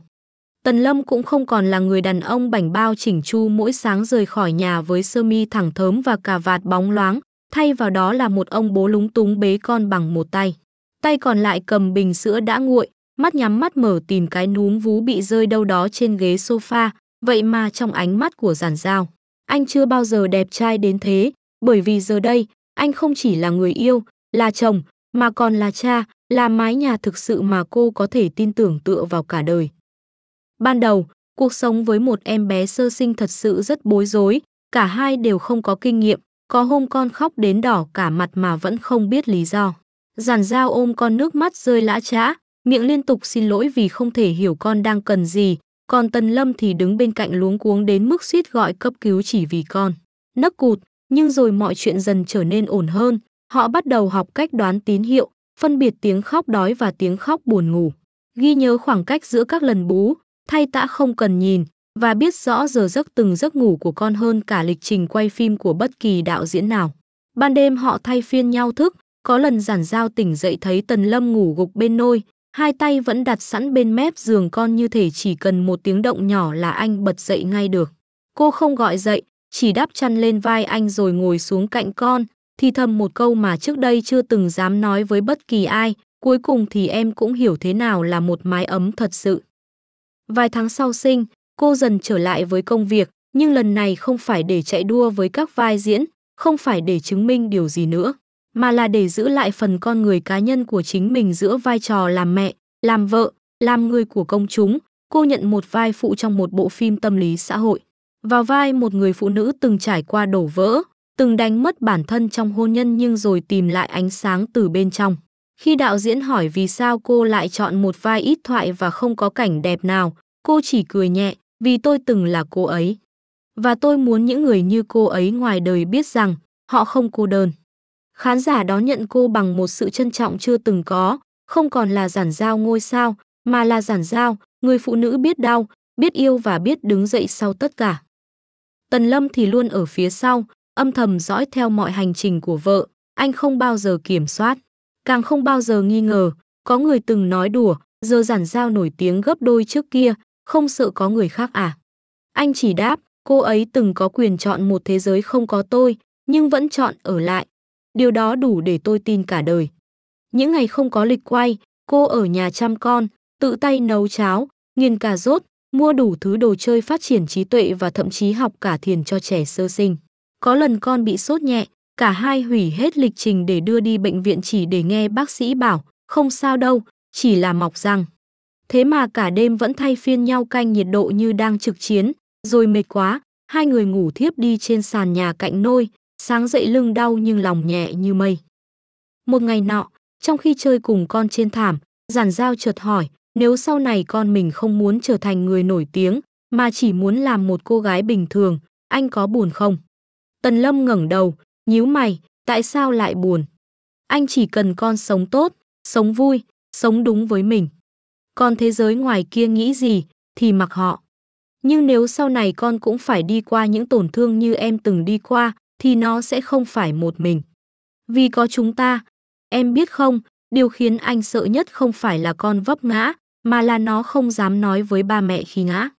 Nên, chúng ta phải yêu nó đúng cách, không chỉ dạy nó mạnh mẽ, mà còn dạy nó, được phép yếu đuối. Cô gật đầu, ôm lấy anh và con vào lòng, cảm thấy trái tim mình dịu lại như một bản nhạc không lời vừa ngân lên giữa buổi chiều yên ả. Một năm sau, Giản Dao viết một quyển sách nhỏ, không phải hồi ký, mà là những đoạn ghi chép ngắn về hành trình làm mẹ, làm vợ, làm người từng bị tổn thương nhưng học cách tha thứ. Quyển sách mang tên Một ngày mẹ cũng là con gái nhanh chóng trở thành hiện tượng vì giọng văn nhẹ nhàng, thẳng thắn và đầy tính chữa lành. Nhiều người đọc xong đã viết thư cảm ơn, nói rằng họ cảm thấy được an ủi, được chạm vào và thấy mình trong từng trang viết. Nhưng với Giản Dao, quyển sách ấy không phải để nổi tiếng, mà là một lời nhắn cho con gái nhỏ sau này. Nếu một ngày mẹ không còn ở bên, con hãy đọc sách này, con sẽ biết mẹ đã yêu con và yêu cuộc đời như thế nào. Tần Lâm cất riêng một bản in đầu tiên, bọc vải lụa, để trên giá sách giữa phòng, nói, đây là di sản tình cảm của chúng ta. Một ngày nào đó, con bé lớn lên, sẽ biết ba mẹ đã từng là những con người thật, từng sai, từng đau, từng buồn, nhưng cuối cùng vẫn chọn ở bên nhau. Cô gật đầu, đôi mắt ươn ướt, nhưng không còn là nước mắt của những ngày xưa cũ, mà là nước mắt của người phụ nữ đã tìm được nơi để neo mình lại giữa biển đời mênh mông. Cô bé tên là Tần Giản Như, một cái tên mang cả họ cha và mẹ, là sự kết tinh giữa hai thế giới từng tan vỡ và rồi lại tự khâu lành bằng tình yêu. Từ bé con đã rất đặc biệt. Ánh mắt đen tuyền như Giản Giao nhưng sâu thẳm và trầm tĩnh y như Tần Lâm. Khi 3 tuổi đã biết dỗ mẹ mỗi khi Giản Giao mệt mỏi. 5 tuổi đã không cần ai kể chuyện trước khi ngủ mà tự cầm sách đọc nhỏ giọng cho gấu bông nghe. Cô bé ấy giống như một vì sao nhỏ, lặng lẽ nhưng sáng, tinh anh nhưng không hề chói mắt. Càng lớn lại càng mang khí chất của người trưởng thành, đến mức có lần Giản Giao phải lùi lại nhìn con mà khẽ rùng mình. Có lẽ, con bé thừa hưởng nhiều hơn những gì chúng ta tưởng. Năm 16 tuổi, Giản Như lần đầu tiên làm trái lời cha mẹ, không phải vì chơi bời, không phải vì nổi loạn, mà là vì một cậu bạn học cùng lớp, người đầu tiên khiến tim cô bé lệch nhịp. Cậu bạn ấy tên Lục Nghiêm, không đẹp trai theo kiểu ngôi sao, càng không phải học bá, nhưng có một đôi mắt biết cười và cách nói chuyện khiến người khác cảm thấy thế giới này thật đáng để ở lại. Giản Như gặp Lục Nghiêm trong buổi sinh hoạt ngoại khóa, lần đầu tiên thấy cậu ngồi dưới gốc cây, vừa đọc sách vừa đeo tai nghe, thỉnh thoảng cười nhẹ như đang nghe điều gì đó thú vị, và không hiểu sao tim cô đập nhanh hơn hẳn, như thể chỉ cần chạm mắt thôi, cả thanh xuân sẽ đổi hướng. Ban đầu, Tần Lâm không để ý, vì nghĩ con gái đang ở tuổi dậy thì, rung động chút ít cũng là bình thường, nhưng đến khi thấy con bắt đầu gấp thư giấu vào hộp nhạc, bắt đầu ngồi hàng giờ trước gương chỉ để chọn kiểu tóc cho buổi học nhóm, anh chột dạ, gọi Giản Giao lại thì thầm, chuyện này, có nên lo không? Giản Giao cười phì, anh từng yêu năm 15 tuổi đấy, giờ con nó yêu 16 còn hỏi. Nhưng mà, con bé giống em quá, càng giống thì anh càng sợ, sợ gì? Sợ nó yêu say, yêu mù, yêu dại, như em từng yêu Phó Thịnh Niên. Giản Giao im lặng vài giây, rồi khẽ đáp, không sao. Em đã sống sót, con mình cũng sẽ như vậy. Nhưng nó sẽ không cô đơn, vì nó có chúng ta. Một tối nọ, khi Tần Lâm còn đang soạn báo cáo, Giản Giao đứng dựa vào cửa phòng con. Nhìn thấy Giản Như đang nhắn tin với ai đó, mặt đỏ bừng, tay gõ liên tục rồi lại xóa, rồi lại gõ, cô mỉm cười, gõ nhẹ cửa. Con yêu ai rồi đúng không? Giản Như giật mình quay lại, mặt cứng đờ như phạm tội. Con, không có, chỉ là bạn thôi, mẹ không cần con giấu, mẹ từng là con mà. Mẹ chỉ muốn hỏi, cậu bé ấy có đối xử tốt với con không? Bạn ấy, dịu dàng, ấm áp, nhưng, mẹ ơi, bạn ấy có người thích rồi. Giản Giao ngồi xuống cạnh con, nắm tay cô bé. Con đau không? Hơi thôi, nhưng con không khóc. Được yêu là một điều đẹp, nhưng được từ chối cũng là một phần của việc lớn lên. Giản Như gục đầu vào vai mẹ, khẽ nói, vậy ra, đau lòng không đáng sợ bằng việc không dám nói ra phải không mẹ? Đúng, điều đáng sợ là đánh mất chính mình chỉ để làm hài lòng người khác. Nhưng mọi chuyện không kết thúc ở đó. Một ngày, sau buổi học nhóm, Giản Như về nhà trong trạng thái bần thần, mắt đỏ hoe nhưng không chịu nói gì. Đến khuya, cô bé để lại một mẩu giấy nhỏ trước cửa phòng cha mẹ, con xin lỗi. Con muốn đi tìm câu trả lời cho chính mình. Tần Lâm như phát điên, anh gọi hết bạn bè, nhà trường, cả Lục Nghiêm, nhưng không ai biết con bé đi đâu. Giản Giao thì vẫn bình tĩnh lạ thường, cô tin con gái mình sẽ không làm gì dại dột, và cô biết, đôi khi, người trẻ cần phải đi để tự hiểu trái tim mình. Đúng như linh cảm, 2 ngày sau Giản Như quay về. Cô bé ngồi trước cửa nhà, tay ôm đầu gối, tóc rối, mắt thâm quầng. Tần Lâm lao ra ôm con vào lòng như thể mất rồi lại được tìm thấy, còn Giản Giao thì chỉ hỏi một câu, con tìm được gì rồi? Con không muốn yêu ai nếu tình yêu đó khiến con phải thu nhỏ lại bản thân. Vậy thì tốt rồi, vậy là con đã học được điều mà mẹ mất cả thanh xuân để hiểu. Sau lần đó, Giản Như thay đổi, không còn mơ mộng viển vông, nhưng vẫn giữ được ánh mắt lấp lánh và trái tim đầy rung động. Cô bé chọn học ngành tâm lý học, với lý do đơn giản, vì con muốn giúp những người từng tổn thương như mẹ. Tần Lâm gật đầu không nói, nhưng đêm đó, anh lặng lẽ đứng trước phòng con, nhìn qua khe cửa, thấy ánh đèn vẫn sáng, con bé đang ghi chép miệt mài. Lưng hơi gù xuống như mẹ nó năm xưa ngồi viết kịch bản đêm khuya, và anh chợt nhận ra, con gái mình đang lớn lên, không cần bảo vệ quá nhiều, chỉ cần một nơi để quay về. Và đúng như mong muốn, vài năm sau, Giản Như trở thành một nhà tư vấn tâm lý trẻ, nổi bật với cách nói chuyện gần gũi, ấm áp, nhiều người từng gọi cô là giọng nói chữa lành. Nhưng chỉ những ai thân cận mới biết, cô gái ấy từng có một tuổi trẻ gãy gập, từng yêu, từng khóc, từng chạy trốn, từng quay lại và cuối cùng vẫn chọn sống trọn vẹn với chính mình. Trong một buổi tọa đàm, khi được hỏi điều gì đã khiến cô mạnh mẽ như vậy, Giản Như mỉm cười, đáp, vì tôi được sinh ra từ một tình yêu từng bị phủ nhận, từng đổ vỡ, nhưng vẫn không đầu hàng. Tình yêu ấy đã dạy tôi rằng, dù thế giới có lạnh đến đâu, chỉ cần trong nhà vẫn có người chờ đợi, thì mình vẫn có thể ấm lại. Buổi chiều cuối thu, nắng rơi qua tán cây như rơi qua kẽ tay thời gian, vàng nhạt và dịu dàng. Giản Dao ngồi bên hiên nhà nhỏ ở vùng ngoại ô, nơi mà mười mấy năm trước Tần Lâm từng dắt cô đến. Lúc đó nó còn là một ngôi nhà cũ kỹ với vôi tường bong tróc và những viên gạch bám rêu, giờ thì đã thành một tổ ấm đầy hoa lá, có vườn nhỏ trồng rau, có cây chanh dây bỏ quanh cửa sổ. Có chiếc xích đu sơn trắng nay hơi phai màu theo năm tháng, nhưng với cô, nó vẫn là chiếc xích đu đẹp nhất thế gian. Bởi vì mỗi khi mỏi mệt, chỉ cần ngồi đó, nghe tiếng chim kêu nhẹ nhẹ và tiếng anh gọi từ bếp, Giao Giao, em uống trà gừng không, thì mọi thứ lại yên ổn lạ thường. Tần Lâm bước ra, tóc anh đã điểm bạc, nhưng dáng đi vẫn thẳng lưng và nụ cười vẫn hiền như thuở nào, trên tay là 2 ly trà bốc khói. Đặt một ly vào tay cô rồi ngồi xuống cạnh, không nói gì, chỉ nhìn ra sân, nơi ánh nắng vẽ thành từng vệt dài lấp lánh, nơi những hồi ức cũ kỹ đang lặng lẽ sống lại. Anh có nhớ ngày đầu tiên mình chuyển về đây không? Cô hỏi, mắt vẫn dõi theo một chú mèo hoang đang len lỏi dưới chân bàn đá. Anh nhớ. Em kêu chán chết, bảo không quen sống chậm vậy đâu. Rồi tối đó, mất điện, em cầm chổi đuổi theo con gián, vừa chạy vừa la làng, vậy mà vẫn không chịu ngủ khi chưa có wifi. Tần Lâm cười khẽ, ánh mắt nheo lại vì nắng nhưng lòng thì sáng như gương. Vậy mà giờ em lại là người mỗi sáng phải nghe chim hót mới chịu dậy đấy. Giản Dao gật đầu, lạ thật, những điều mình từng ghét lại là thứ khiến mình bình yên nhất sau này. Cả hai đã bước qua tuổi 50, không còn bon chen, không còn phải xuất hiện trước đám đông với lớp trang điểm dày hay những bộ vest sang trọng. Giản Dao giờ là giảng viên thỉnh giảng cho một học viện nghệ thuật, lâu lâu viết kịch bản hoặc làm khách mời đánh giá diễn xuất cho thế hệ trẻ. Còn Tần Lâm thì nghỉ hưu sớm sau khi giao lại công ty cho một nhóm cộng sự đáng tin. Cả hai không giàu như người ta tưởng tượng, nhưng đủ sống, đủ cho, đủ để mỗi cuối tuần có thể mời bạn bè đến dùng trà, đọc thơ và bàn về những điều chẳng ai còn để tâm khi ngoài kia đang quá vội, như vì sao chim chỉ hót vào sáng sớm, như vì sao một người dù đã quên mặt ai đó nhưng vẫn nhớ giọng họ, như vì sao những người từng tổn thương sâu lại có xu hướng bao dung hơn. Có người từng hỏi họ, bí quyết nào để yêu nhau suốt ngần ấy năm mà vẫn không chán. Tần Lâm cười, vì chúng tôi chưa từng yêu cái ảo tưởng về nhau, mà chỉ yêu chính con người thật, với tất cả vết nứt và vết sẹo.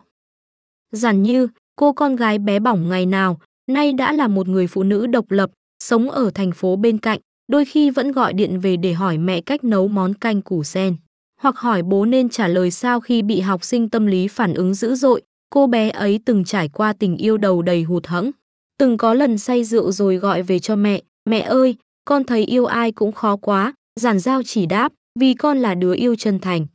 Yêu chân thành thì luôn khó, nhưng giờ thì Giản Như không còn sợ nữa, cô không yêu vội, không sống vội, chọn làm việc ở trung tâm hỗ trợ trẻ bị sang chấn tâm lý.